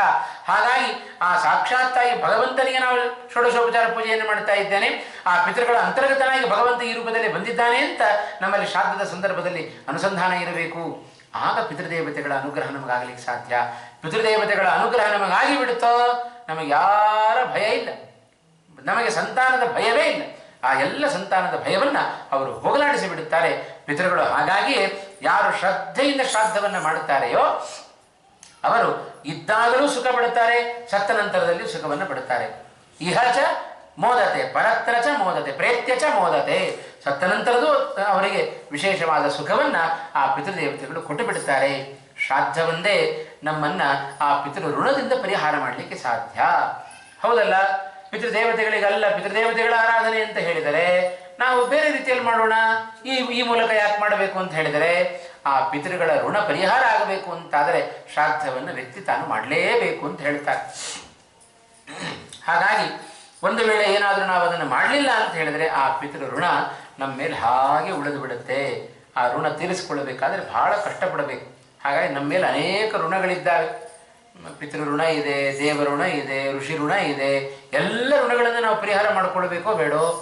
ಋಷಿ ಋಣಗಳನ್ನು ನಿರಂತರ ಮಂತ್ರಗಳನ್ನು ಜಪ ಮಾಡಿ ಮಾಡಿ, ವೇದಗಳನ್ನು ಪಠನ ಮಾಡಿ ಮಾಡಿ ಆ ಋಷಿಗಳ ಋಣವನ್ನು ಪರಿಹಾರ ಮಾಡಿಕೊಳ್ಬೇಕು. ನಿರಂತರ ಭಗವಂತನ ದೇವತೆಗಳ ಆರಾಧನೆಯನ್ನು ಮಾಡಿ ಮಾಡಿ ದೇವತೆಗಳ ಋಣವನ್ನು ಪರಿಹಾರ ಮಾಡಿಕೊಳ್ಬೇಕು. ಪಿತೃಗಳ ಋಣ ಪರಿಹಾರ ಹೇಗೆ? ಎಲ್ಲಿಯವರೆಗೆ ನಮಗೆ ಋಣ? ಪಿತೃಗಳ ಋಣ ಎಲ್ಲಿಯವರೆಗೆ ದೇಹದ ಸಂಪರ್ಕ ನಮಗಿರುತ್ತೋ ಅಲ್ಲಿಯವರೆಗೂ ಪಿತೃಗಳ ಋಣ ಉಂಟೇ ಉಂಟು. ಕೆಲವರೆಲ್ಲ ಹೇಳೋದುಂಟು, ಗಯಾಕ್ಕೆ ಹೋಗಿ ಒಮ್ಮೆ ಶ್ರಾದ್ದ ಮಾಡಿಬಿಟ್ರೆ ಮತ್ತೆ ಶ್ರಾದ್ದ ಮಾಡಬೇಕಾಗಿಲ್ಲಂತೆ ಅಂತ ಹೇಳೋದುಂಟು. ಅದು ವಾಕ್ಯ ಇದೆ, ಅದು ಅರ್ಥವಾದ ವಾಕ್ಯ. ಗಯಾಕ್ಕೆ ಹೋಗಿ ಶ್ರಾದ್ದ ಮಾಡಬೇಕು ಅನ್ನೋದರಲ್ಲಿ ತಾತ್ಪರ್ಯವೇ ಹೊರತು ಮಾಡಿ ಬಂದ ಮೇಲೆ ಮತ್ತೊಮ್ಮೆ ಶ್ರಾದ್ದ ಮಾಡೋದು ಬೇಡ ಅನ್ನೋದರಲ್ಲಿ ತಾತ್ಪರ್ಯ ಅಲ್ಲ. ಈ ದೇಹದ ಸಂಪರ್ಕ ಎಲ್ಲಿಯವರೆಗೆ ನಮಗುಂಟೋ ಅಲ್ಲಿಯವರೆಗೂ ಪಿತೃಗಳನ್ನು ಉದ್ದೇಶವಾಗಿಟ್ಟುಕೊಂಡು ಶ್ರಾದ್ದಾದಿಗಳನ್ನು ಮಾಡಲೇಬೇಕು. ಪಿತೃ ಋಣಕ್ಕೆ ಇರುವ ಒಂದೇ ಒಂದು ಉಪಾಯ ಅಂತ ಹೇಳಿದರೆ ಅದೊಂದೇ ಉಪಾಯ, ಬೇರೆ ಉಪಾಯ ಇಲ್ಲ ಅಂತ ಹೇಳ್ತಾರೆ. ಆ ಹಿನ್ನೆಲೆಯಲ್ಲಿ ನಾವು ಅನುಸಂಧಾನವನ್ನು ಮಾಡಿಕೊಳ್ಳಬೇಕಾದ್ದು. ಹಾಗಾಗಿ ಶ್ರದ್ಧೆಯಿಂದ ಮಾಡುವ ಕರ್ಮ ಅದನ್ನು ಶ್ರಾದ್ದ ಅಂತ ಕರೆದರು. ಶ್ರದ್ಧೆಯಿಂದ ಮಾಡುವ ಕರ್ಮ ಪಿತೃಕಾರ್ಯ ಮಾತ್ರ ಅಲ್ಲ, ಭಗವಂತನ ಪೂಜೆಯನ್ನು ನಾವು ಮಾಡುತ್ತೇವೆ. ಭಗವಂತನ ಪೂಜೆಯನ್ನು ಶ್ರದ್ಧೆಯಿಂದ ಮಾಡುವಾಗ ಯಾರೂ ಕೂಡ ಮನೆಯವರು ಏನು ಮಾಡ್ತಾ ಇದ್ದಾರೆ? ಭಗವಂತನ ಶ್ರಾದ್ದ ಮಾಡ್ತಾ ಇದ್ದಾರೆ ಅಂತ ಯಾರು ಹೇಳೋದು? ಭಗವಂತನ ಪೂಜೆ ಮಾಡ್ತಾ ಇದ್ದಾರೆ ಅಂತ ಹೇಳ್ತಾರೆ. ಯಾಕೆ ಅಂದರೆ ಎಷ್ಟೇ ಶ್ರದ್ಧೆಯಿಂದ ನಾವು ಭಗವಂತನ ಪೂಜೆಯನ್ನು ಮಾಡಿದರೂ ಕೂಡ ಭಗವಂತನ ಋಣವನ್ನು ಪರಿಹಾರ ಮಾಡಿಕೊಳ್ಳಿಕ್ಕಾಗೋದಿಲ್ಲ. ಪಿತೃಗಳ ಋಣ ಪರಿಹಾರ ಸಾಧ್ಯತೆ ಇದೆ. ಹಾಗಾಗಿ ದೇವಕಾರ್ಯಾತ್ ಪಿತೃಕಾರ್ಯಂ ವಿಶಿಷ್ಯತೆ ಅಂತ ಹೇಳ್ತಾರೆ. ದೇವಕಾರ್ಯಕ್ಕಿಂತಲೂ ಏನಾದರೂ ದೇವಕಾರ್ಯದಲ್ಲಿ ಸ್ವಲ್ಪ ಲೋಪದೋಷಗಳಾದರೂ ಸಹಿಸಿ ಬಿಡುತ್ತಾರೆ. ಪಿತೃಕಾರ್ಯದಲ್ಲಿ ನಾವು ಲೋಪದೋಷಗಳಾಗುವಂತೆ ಇಲ್ಲ. ಶ್ರದ್ಧೆಯಿಂದ ಮಾಡಬೇಕು ಪಿತೃಕಾರ್ಯವನ್ನ. ಇದೆಲ್ಲ ಇಲ್ಲದೆ ಹೋದರೆ ಪಿತೃಗಳ ಅನುಗ್ರಹವನ್ನ ನಾವು ಪಡ್ಕೊಳ್ಳಿಕ್ಕೆ ಸಾಧ್ಯ ಇಲ್ಲ ಅಂತ ಒಂದು ಮಾತನ್ನು ಕೂಡ ನಾವು ಹೇಳುತ್ತೇವೆ. ಹೀಗೆ ಭೀಷ್ಮಾಚಾರ್ಯರು ಮಾರ್ಕಂಡೇಯರ ಬಳಿಯಲ್ಲಿ ಕೇಳಿದರು ಅಂತ ಹೇಳ್ತಾರೆ. ಭೀಷ್ಮಾಚಾರ್ಯರು ಮಾರ್ಕಂಡೇಯರ ಬಳಿಯಲ್ಲಿ ಕೇಳಲಿಕ್ಕೆ ಕಾರಣ, ಆ ಭೀಷ್ಮಾಚಾರ್ಯರು ತಾವು ಭೀಷ್ಮಾಚಾರ್ಯ ಬಳಿಯಲ್ಲಿ ಧರ್ಮರಾಜ ಒಂದು ಪ್ರಶ್ನೆಯನ್ನು ಕೇಳ್ತಾನೆ ಈ ಪಿತೃದೇವತೆಗಳ ಬಗ್ಗೆ. ಆಗ ಭೀಷ್ಮಾಚಾರ್ಯರು ತಮಗೂ ಮತ್ತು ಮಾರ್ಕಂಡೇಯರಿಗೆ ನಡೆದ ಸಂವಾದವನ್ನು ಧರ್ಮರಾಜನಿಗೆ ಒಪ್ಪಿಸಿದರು. ಆ ಭೀಷ್ಮಾಚಾರ್ಯರು ಹೇಳಿದ ಅಂಶವನ್ನು ವೈಶಂಪಾಯನವರು ಜನಮೇಜನಿಗೆ ಹೇಳ್ತಾ ಇದ್ದಾರೆ. ಹೀಗೆ ಆ ಪಿತೃಕಲ್ಪ ಬಹಳ ವಿಸ್ತಾರವಾಗಿ ಬೆಳೆದುಕೊಂಡು ಹೋಗಿದೆ. ಆ ಶಂತನುವಿನಿಂದ ಬಹಳ ಪರೀಕ್ಷೆಗೆ ಒಳಗಾದವರು ಭೀಷ್ಮಾಚಾರ್ಯರು. ಅದರಲ್ಲಿ ಸ್ವಚ್ಛಂದ ಮರಣತ್ವ ವರವನ್ನು ಕೂಡ ಪಡೆದುಕೊಂಡರು. ಭೀಷ್ಮಾಚಾರ್ಯರಿಗೆ ಆ ಪಿತೃದೇವತೆಗಳ ಬಗ್ಗೆ ಮಾರ್ಕಂಡೇಯರು ಒಂದಿಷ್ಟು ವಿಚಾರಗಳನ್ನು ತಿಳಿಸ್ತಾರೆ. ಒಮ್ಮೆ ಎಲ್ಲ ದೇವತೆಗಳನ್ನು ಚತುರ್ಮುಖ ಬ್ರಹ್ಮದೇವರು ಸೃಷ್ಟಿ ಮಾಡಿದರಂತೆ. ಸೃಷ್ಟರಾದ ಎಲ್ಲ ದೇವತೆಗಳು ಏನು ಜವಾಬ್ದಾರಿ ಇದೆಯೋ ಆ ಜವಾಬ್ದಾರಿಯನ್ನು ಮರೆತು ಬಿಟ್ಟರು. ಎಲ್ಲ ದೇವತೆಗಳು ನಾವು ಅಂತ ಹೇಳಿ ವಿಷಯ ಭೋಗದಲ್ಲಿ ನಿರತರಾಗಿಬಿಟ್ರು. ಬ್ರಹ್ಮದೇವರಿಗೆ ಶಾಪ ಬಂತು. ಅಜ್ಞಾನ ತುಂಬಿ ಹೋಗಲಿ ನಿಮಗೆ ಅಂತ ಶಾಪವನ್ನು ಕೊಟ್ಟುಬಿಟ್ರು. ಎಲ್ಲ ಜ್ಞಾನ ನಶಿಸಿ ಹೋಯಿತು. ಏನು ಮಾಡಬೇಕು? ಆಮೇಲೆ ಬುದ್ಧಿ ಬಂತು ಎಲ್ಲ ದೇವತೆಗಳಿಗೆ, ಶರಣಾಗತರಾದರು. ಅದಕ್ಕೆ ಬ್ರಹ್ಮದೇವರು ಹೇಳಿದರಂತೆ, ನಿಮ್ಮ ಮಕ್ಕಳ ಮೂಲಕ ನೀವು ಜ್ಞಾನ ಸಂಪಾದನೆ ಮಾಡಿರಿ ಅಂತ ಬ್ರಹ್ಮದೇವರು ಸೂಚನೆಯನ್ನು ಕೊಟ್ಟರು. ಹಾಗಾಗಿ ಎಲ್ಲ ದೇವತೆಗಳು ತಮ್ಮ ಮಕ್ಕಳ ಬಳಿಯಲ್ಲಿ ಬಂದರು. ತಮ್ಮ ಮಕ್ಕಳ ಬಳಿಯಲ್ಲಿ ಬಂದು ಅವರ ಮೂಲಕ ಜ್ಞಾನೋಪದೇಶವನ್ನು ಮಾಡಿರಿ ಅಂತ ಕೇಳಿದರು. ಹಾಗೆ ಜ್ಞಾನ ನಶಿಸಿ ಹೋಗಿದೆ, ಬ್ರಹ್ಮದೇವರ ಆದೇಶ ಆಗಿದೆ, ಜ್ಞಾನ ಬೇಕು ನಮಗೆ ಬಂದು ಕೇಳ್ತಾ ಇದ್ದಾರೆ.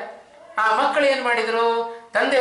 ಎಲ್ಲ ತಂದೆಯಂದರು ಬಂದು ಕೇಳ್ತಾ ಇದ್ದಾರಲ್ಲ, ಇವರು ಜ್ಞಾನೋಪದೇಶವನ್ನು ಮಾಡುವಾಗ ಮಕ್ಕಳೇ ಬನ್ನಿ ಕೂತ್ಕೊಳ್ಳಿ ಅಂತ ಅಂದ್ಬಿಟ್ರು.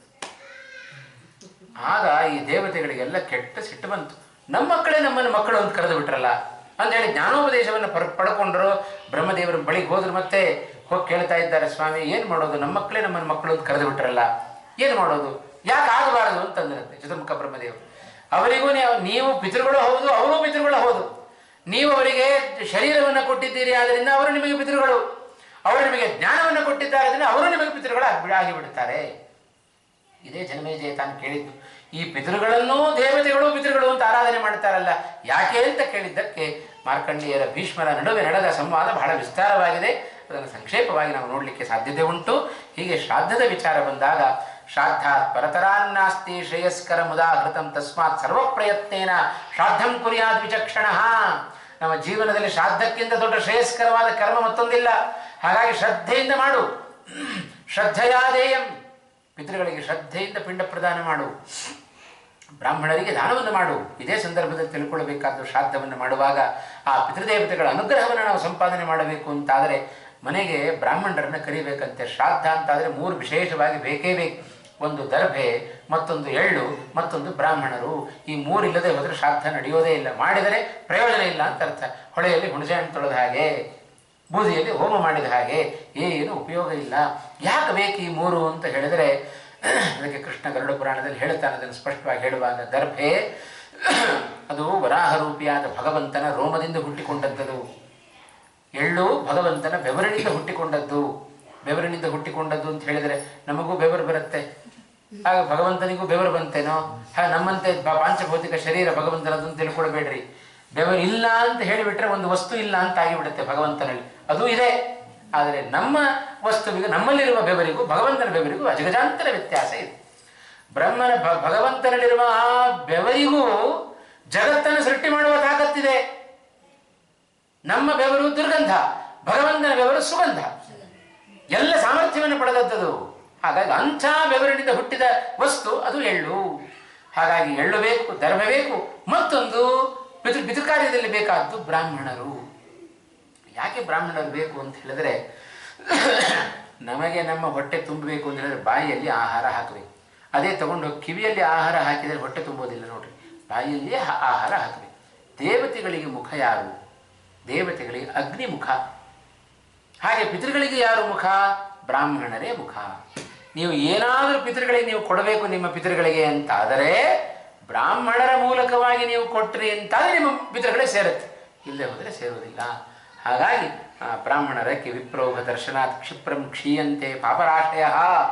ಆ ವಿಪ್ರರ ಸಮೂಹವನ್ನು ನೋಡಿಬಿಟ್ರೆ ಸಾಕು, ನಮ್ಮೆಲ್ಲ ಪಾಪಗಳು ಕಿತ್ತುಕೊಂಡು ಹೋಗ್ತಾವಂತೆ. ಹಾಗಾಗಿ ಆ ಪಿತೃಕಾರ್ಯದಲ್ಲಿ ವಿಶೇಷವಾಗಿ ಬ್ರಾಹ್ಮಣರ ಆ ಒಂದು ಸನ್ನಿಧಾನವೂ ಕೂಡ ಇರಬೇಕು. ಶ್ರಾದ್ದವನ್ನು ಪ್ರಾರಂಭ ಮಾಡುವಾಗ ಬ್ರಾಹ್ಮಣರ ಮೂಲಕ ನಾವು ಪವಿತ್ರ ಮೊದಲಾದವುಗಳನ್ನು ಇಸ್ಕೊಳ್ಬೇಕು. ಕರ್ತರಾದವ ಇದೆಲ್ಲ ಬ್ರಾಹ್ಮಣರ ಪಾತ್ರ ಬಹಳಷ್ಟು ಇದೆ. ನಾವೇನು ಪಿತೃಗಳಿಗೆ ಕೊಡಬೇಕು ಅಂತಿದ್ದೇವೆ ಅದು ಬ್ರಾಹ್ಮಣರ ಮೂಲಕ ಕೊಟ್ಟರೆ ತಲುಪುತ್ತಿಲ್ಲದೆ ಹೋದರೆ ತಲುಪುವುದಿಲ್ಲ. ಹಾಗಾಗಿ ಬ್ರಾಹ್ಮಣರನ್ನು ಮನೆಗೆ ಕರೆಸಬೇಕು. ಶಾಂತರಾಗುವಂತೆ ಅವರಿಗೆ ಕೈತುಂಬ ದಕ್ಷಿಣೆ ಮೊದಲಾದವುಗಳನ್ನು ಕೊಟ್ಟು ಅವರ ಮೂಲಕ ಆಶೀರ್ವಾದವನ್ನು ನಾವು ಪಡ್ಕೊಳ್ಬೇಕು. ಯಾಕೆ ಅಂದರೆ ವಿಪ್ರವಾಕ್ಯೋ ಜನಾರ್ದನ, ಬ್ರಾಹ್ಮಣರ ಬಾಯಲ್ಲಿ ಬಂದದ್ದನ್ನು ಭಗವಂತ ನಡೆಸ್ತಾನಂತೆ. ಅದಕ್ಕೆ ನೋಡ್ರಿ ಪಂಚಮಸ್ಕಂದ ಭಾಗವತದಲ್ಲಿ ಹೇಳುವಾಗ ಹೇಳುತ್ತೆ, ಆ ನಾಭಿರಾಜನಿಗೋಸ್ಕರ ಎಲ್ಲ ಋಷಿಮುನಿಗಳು ಯಾಗ ಮಾಡಿದರು. ಮಕ್ಕಳಿಲ್ಲ ಪಾಪ ನಾಭಿರಾಜನಿಗೆ, ಎಲ್ಲ ಯಾಗ ಮಾಡಿದರು. ಭಗವಂತ ಬಂದು ಪ್ರತ್ಯಕ್ಷನಾದಾಗ ಏನು ಬೇಕು ಅಂತ ಕೇಳಿದ. ಆ ಎಲ್ಲ ಬ್ರಾಹ್ಮಣರು ಕೇಳ್ತಾರೆ, ಸ್ವಾಮಿ ಏನು ಬೇಕು ಅಂತ ನಿನಗೆ ಗೊತ್ತಿಲ್ಲೇನು? ಸರ್ವಜ್ಞನಾಗಿದ್ದಿ ಭಗವಂತ, ಆದರೂ ಏನು ಬೇಕು ಅಂತ ಕೇಳ್ತಾ ಇದ್ದಾನೆ. ಯಾಕೆ ಕೇಳಿದ ಭಗವಂತ ಅಂದರೆ ಏನು ಬೇಕು ಅನ್ನೋದು ಬ್ರಾಹ್ಮಣರ ಬಾಯಿಯಿಂದ ಬರಬೇಕು. ಬ್ರಾಹ್ಮಣರ ಬಾಯಿಯಿಂದ ಬಂದದ್ದನ್ನು ನಾನು ಸತ್ಯ ಮಾಡುತ್ತೇನೆ ಅಂತ ಜಗತ್ತಿಗೆ ಗೊತ್ತಾಗಬೇಕು. ಅದಕ್ಕೋಸ್ಕರ ಭಗವಂತ ಅದನ್ನು ಗೊತ್ತಿದ್ರೂ ಕೂಡ ತಾನು ಕೇಳಿದ. ಅವರೆಲ್ಲ ಕೇಳಿದರು, ಸ್ವಾಮಿ ನಿನ್ನಂಥ ಮಗ ಬೇಕಂತೆ ನಾಭಿರಾಜನಿಗೆ ಅಂತ ಕೇಳಿಬಿಟ್ರು. ಅವನಿಗೊಬ್ಬ ನಾಭಿರಾಜನಿಗೆ ಈ ಅಭಿಪ್ರಾಯ ಇರಲಿಲ್ಲ. ಒಬ್ಬ ಮಗ ಬಂದರೆ ಸಾಕು ಅಂತಿದ್ದವ ನಿನ್ನಂಥ ಮಗ ಬೇಕು ಅಂತ ಕೇಳುವಷ್ಟು ಔದಾರ್ಯ ಅದು ಆ ಪುರೋಹಿತರಲ್ಲಿತ್ತು, ಬ್ರಾಹ್ಮಣರಲ್ಲಿತ್ತು. ಹಾಗೆ ಬ್ರಾಹ್ಮಣರು ಮಾಡಬೇಕಾದ ಕರ್ತವ್ಯ ಇದೆ. ನನ್ನ ಮನೆ ಮೇಲೆ ಮಾತ್ರ ಮಳೆ ಬೀಳಲಿ, ನನ್ನ ಮನೆ ಮೇಲೆ ಮಾತ್ರ ಚಂದ್ರ ಬೆಳಕನ್ನು ಸೂಸಲಿ, ಹೀಗೆಲ್ಲ ಬಯಸಬಾರದಂತೆ. ಪ್ರತಿನಿತ್ಯ ಬೆಳಗಾಗೆದ್ದು ಸ್ವಸ್ತಿ ಪ್ರಜಾಭ್ಯ ಪರಿಪಾಲಯಂತಾಂ ನ್ಯಾಯೇನ ಮಾರ್ಗೇಣ ಮಹೀಂ ಮಹೀಷಾಃ ಗೋಬ್ರಾಹ್ಮಣೇಭ್ಯಃ ಶುಭಮಸ್ತು ನಿತ್ಯಂ ಲೋಕಾಃ ಸಮಸ್ತಾಃ ಸುಖಿನೋ ಭವಂತು. ಕಾಲೇ ವರ್ಷತು ಪರ್ಜನ್ಯಃ ಪೃಥಿವೀ ಸಸ್ಯಶಾಲಿನಿ ದೇಶೋಯಂ ಕ್ಷೋಭರಹಿತಃ ಸಜ್ಜನಾಃ ಸಂತು ನಿರ್ಭಯಾಃ ಅಪುತ್ರಾಃ ಪುತ್ರಿಣಃ ಸಂತು ಪುತ್ರಿಣಃ ಸಂತು ಪೌತ್ರಿಣಃ ಅಧನಾಃ ಸಧನಾಃ ಸಂತು ಜೀವಂತು ಶರದಾಂ ಶತಂ. ಮಕ್ಕಳಿಲ್ಲದವರಿಗೆ ಮೊಮ್ಮಕ್ಕಳಾಗಲಿ, ಮೊಮ್ಮಕ್ಕಳಿದ್ದವರಿಗೆ ಮರಿಮಕ್ಕಳಾಗಲಿ, ಹಣ ಇಲ್ಲದಿದ್ದವರಿಗೆ ಹಣ ಸಿಗಲಿ, ಎಲ್ಲರೂ ಚೆನ್ನಾಗಿರಲಿ ಅಂತ ಬಯಸಿದರೆ ಎಲ್ಲರ ಮಧ್ಯದಲ್ಲಿ ನಾವು ಸೇರಿಕೊಳ್ಳುತ್ತೇವೆ. ಇದು ಬ್ರಾಹ್ಮಣರ ಪ್ರಾರ್ಥನೆ ಆಗಿರಬೇಕು ಅಂತ ಹೇಳ್ತಾರೆ. ಪ್ರತಿನಿತ್ಯ ಗುರುಕುಲದಲ್ಲೆಲ್ಲ ಇದನ್ನು ಅಭ್ಯಾಸ ಮಾಡಿಸ್ತಾರೆ. ಇದನ್ನೆಲ್ಲ ಪಾರಾಯಣ ಮಾಡಿಸೋದುಂಟು. ಇವತ್ತಿಗೂ ನಮ್ಮ ವಿದ್ಯಾಪೀಠದಲ್ಲೆಲ್ಲ ಅನೇಕ ವಿದ್ಯಾಪೀಠಗಳಲ್ಲೆಲ್ಲ ಇಂಥ ಕಾರ್ಯಕ್ರಮಗಳನ್ನು ನಾವು ಪ್ರತಿನಿತ್ಯ ಪ್ರಾರ್ಥನೆಯನ್ನು ನಾವು ಕಾಣ್ತಾ ಇದ್ದೇವೆ. ಇದು ಬ್ರಾಹ್ಮಣರಲ್ಲಿರಬೇಕಾದ ಔದಾರ್ಯ. ಹಾಗಾಗಿ ಭಗವಂತ ಆ ರೀತಿಯೆಲ್ಲ ನಾವು ಅದನ್ನು ಕಾಣ್ತಾ ಇದ್ದೇವೆ. ಹೀಗೆ ಭಗವಂತನ ಭಾರೀ ಅನುಗ್ರಹ, ಪಿತೃದೇವತೆಗಳ ಅನುಗ್ರಹ. ಭಗವಂತನೇ ಹೇಳ್ತಾ ಇದ್ದಾನೆ, ಶ್ರಾದ್ದಾದಿಗಳನ್ನು ಮಾಡುವಾಗ ಶ್ರದ್ಧೆ ಇರಲಿ. ನಮ್ಮಪ್ಪ ಎಲ್ಲಿದ್ದಾರೋ ಏನೋ, ಮನೆಗೆ ಯಾರೋ ಬ್ರಾಹ್ಮಣರನ್ನು ಕರ್ಕೊಂಡ್ಬಂದ್ಬಿಟ್ಟಿದ್ದಾರೆ, ಪುರೋಹಿತರು, ಗುರುತಿಲ್ಲ, ಪರಿಚಯ ಇಲ್ಲ, ನನಗೆ ಹ್ಯಾಕೆ ಕೊಡಲಿ, ಏನು ಕೊಟ್ಟರೆ ನಮ್ಮಪ್ಪನಿಗೆ ಸೇರುತ್ತೋ ಇಲ್ವೋ, ಸಂಶಯ ಪಡಬೇಡ್ರಪ್ಪ. ಕೃಷ್ಣನೇ ಹೇಳ್ತಾನೆ, ಗೃಹ್ಣಾತಿ ವರುಣೋ ದಾನಂ ಮಮ ಹಸ್ತೆ ಪ್ರಯಚ್ಛತಿ.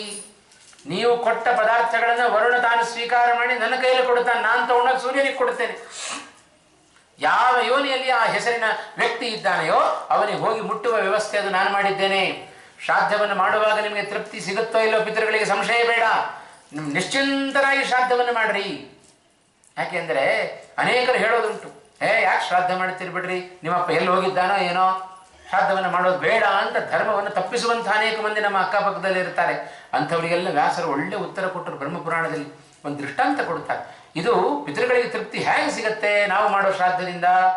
ಎಲ್ಲೋ ಇರ್ಬೋದಪ್ಪ ನಮ್ಮಪ್ಪ, ಅವರಪ್ಪ ಎಲ್ಲೋ ಇರಬಹುದು. ಆದರೆ ನಾವು ಕೊಡುವ ಆ ಸುಖ ಪಿಂಡ ರೂಪದಲ್ಲಿ ನಾವೇನು ಕೊಡುತ್ತೇವೆ ಅದು ಅವರಿಗೆ ಮುಟ್ಟುತ್ತೆ, ತೃಪ್ತರಾಗ್ತಾರೆ ನಮ್ಮ ಪಿತೃಗಳು. ಶ್ರಾದ್ದವನ್ನು ಮುಂದೆ ಪ್ರಸಂಗ ಬಂದಿದ್ದು ಹೇಳಲಿಕ್ಕಾಗೋದಿಲ್ಲ. ಮುಂದೆ ಭಗವಂತನಲ್ಲಿ ಅದೇ ಪ್ರಾರ್ಥನೆ ಮಾಡಿಕೊಳ್ಬೇಕು. ನಾವು ಶ್ರಾದ್ದ ಮಾಡುವಂಥ ಮಕ್ಕಳನ್ನು ಕೊಡಪ್ಪ ಅಂತ ಕೇಳಿಕೊಳ್ಬೇಕಾಗತ್ತೆ ಮುಂದಿನ ಪ್ರಸಂಗದಲ್ಲಿ. ಯಾಕೆಂದರೆ ಅಷ್ಟು ಧರ್ಮ ಅದು ಕ್ಷೀಣಿಸ್ತಾ ಇದೆ ನಮ್ಮ ಇಂದಿನ ಯುವಜನಾಂಗಕ್ಕೆ. ಹಾಗಾಗಿ ಶ್ರದ್ಧೆಯಿಂದ ಶ್ರಾದ್ದವನ್ನು ಮಾಡುವ ಕ್ರಮ ನಮ್ಮಲ್ಲಿ ಬರಬೇಕು. ಅದಕ್ಕೆ ವ್ಯಾಸರು ಒಂದು ಮಾತು ಹೇಳಿದರು, ಶ್ರಾದ್ದದಲ್ಲಿ ಸಂಶಯ ಪಡಬೇಡ್ರಿ. ದರ್ಶನ ಧ್ಯಾನ ಸಂಸ್ಪರ್ಶಾತ್ ಮತ್ಸಿ ಕೂರ್ಮಿ ಚ ಪಕ್ಷಿಣಃ ಯಥಾತೆ ತೃಪ್ತಿಮಾಯಾಂತಿ ಶ್ರಾದ್ದೇನ ಪಿತರಸ್ತಥಾ. 3 ದೃಷ್ಟಾಂತವನ್ನು ಕೊಟ್ಟರು ವ್ಯಾಸರು. ಮತ್ಸಿ, ಒಂದು ಮೀನು ಮರಿ ಹಾಕಿದೆ, ನೀರಿನಲ್ಲಿ ಮರಿ ಹಾಕಿದೆ. ತಾಯಿ ಮೀನು ಮರಿ ಮೀನುಗಳನ್ನು ನೋಡ್ತಾ ಇರುತ್ತೆ. ಆ ತಾಯಿ ಮೀನು ನೋಡ್ತಾ ಇದ್ದರೆ ಸಾಕು, ಮರಿ ಮೀನುಗಳು ತೃಪ್ತರಾಗಿ ಬೆಳೀತಾ ಇರ್ತಾರೆ. ಅವುಗಳಿಗೆ ತೃಪ್ತಿ. ತಾಯಿಯ ದರ್ಶನದಿಂದ, ತಾಯಿ ಮೀನಿನ ತೃಪ್ತಿಯಿಂದ, ದರ್ಶನದಿಂದ ಅವುಗಳಿಗೆ ತೃಪ್ತಿ. ಕೂರ್ಮಿ, ಒಂದು ಹೆಣ್ಣಾಮೆ ಮರಿ ಹಾಕಿದೆ, ಎಲ್ಲೋ ಹೋಗಿ ತಾನು ಮರಿ ಹಾಕಿದ್ದೇನೆ, ಅವುಗಳೆಲ್ಲ ಬೆಳೀತಾ ಇರ್ತಾವೆ ಅಂತ ಎಲ್ಲೋ ಹೋಗಿ ಸ್ಮರಣೆ ಮಾಡಿಕೊಳ್ಳುತ್ತವೆ ತಾಯಿ ಆಮೆ. ಅದರಿಂದಲೇ ಅವಳಿಗೆ ಮರಿ ಆಮೆಗಳಿಗೆ ತೃಪ್ತಿ, ಅವುಗಳಿಂದ ಅವು ಬೆಳೀತಾವೆ.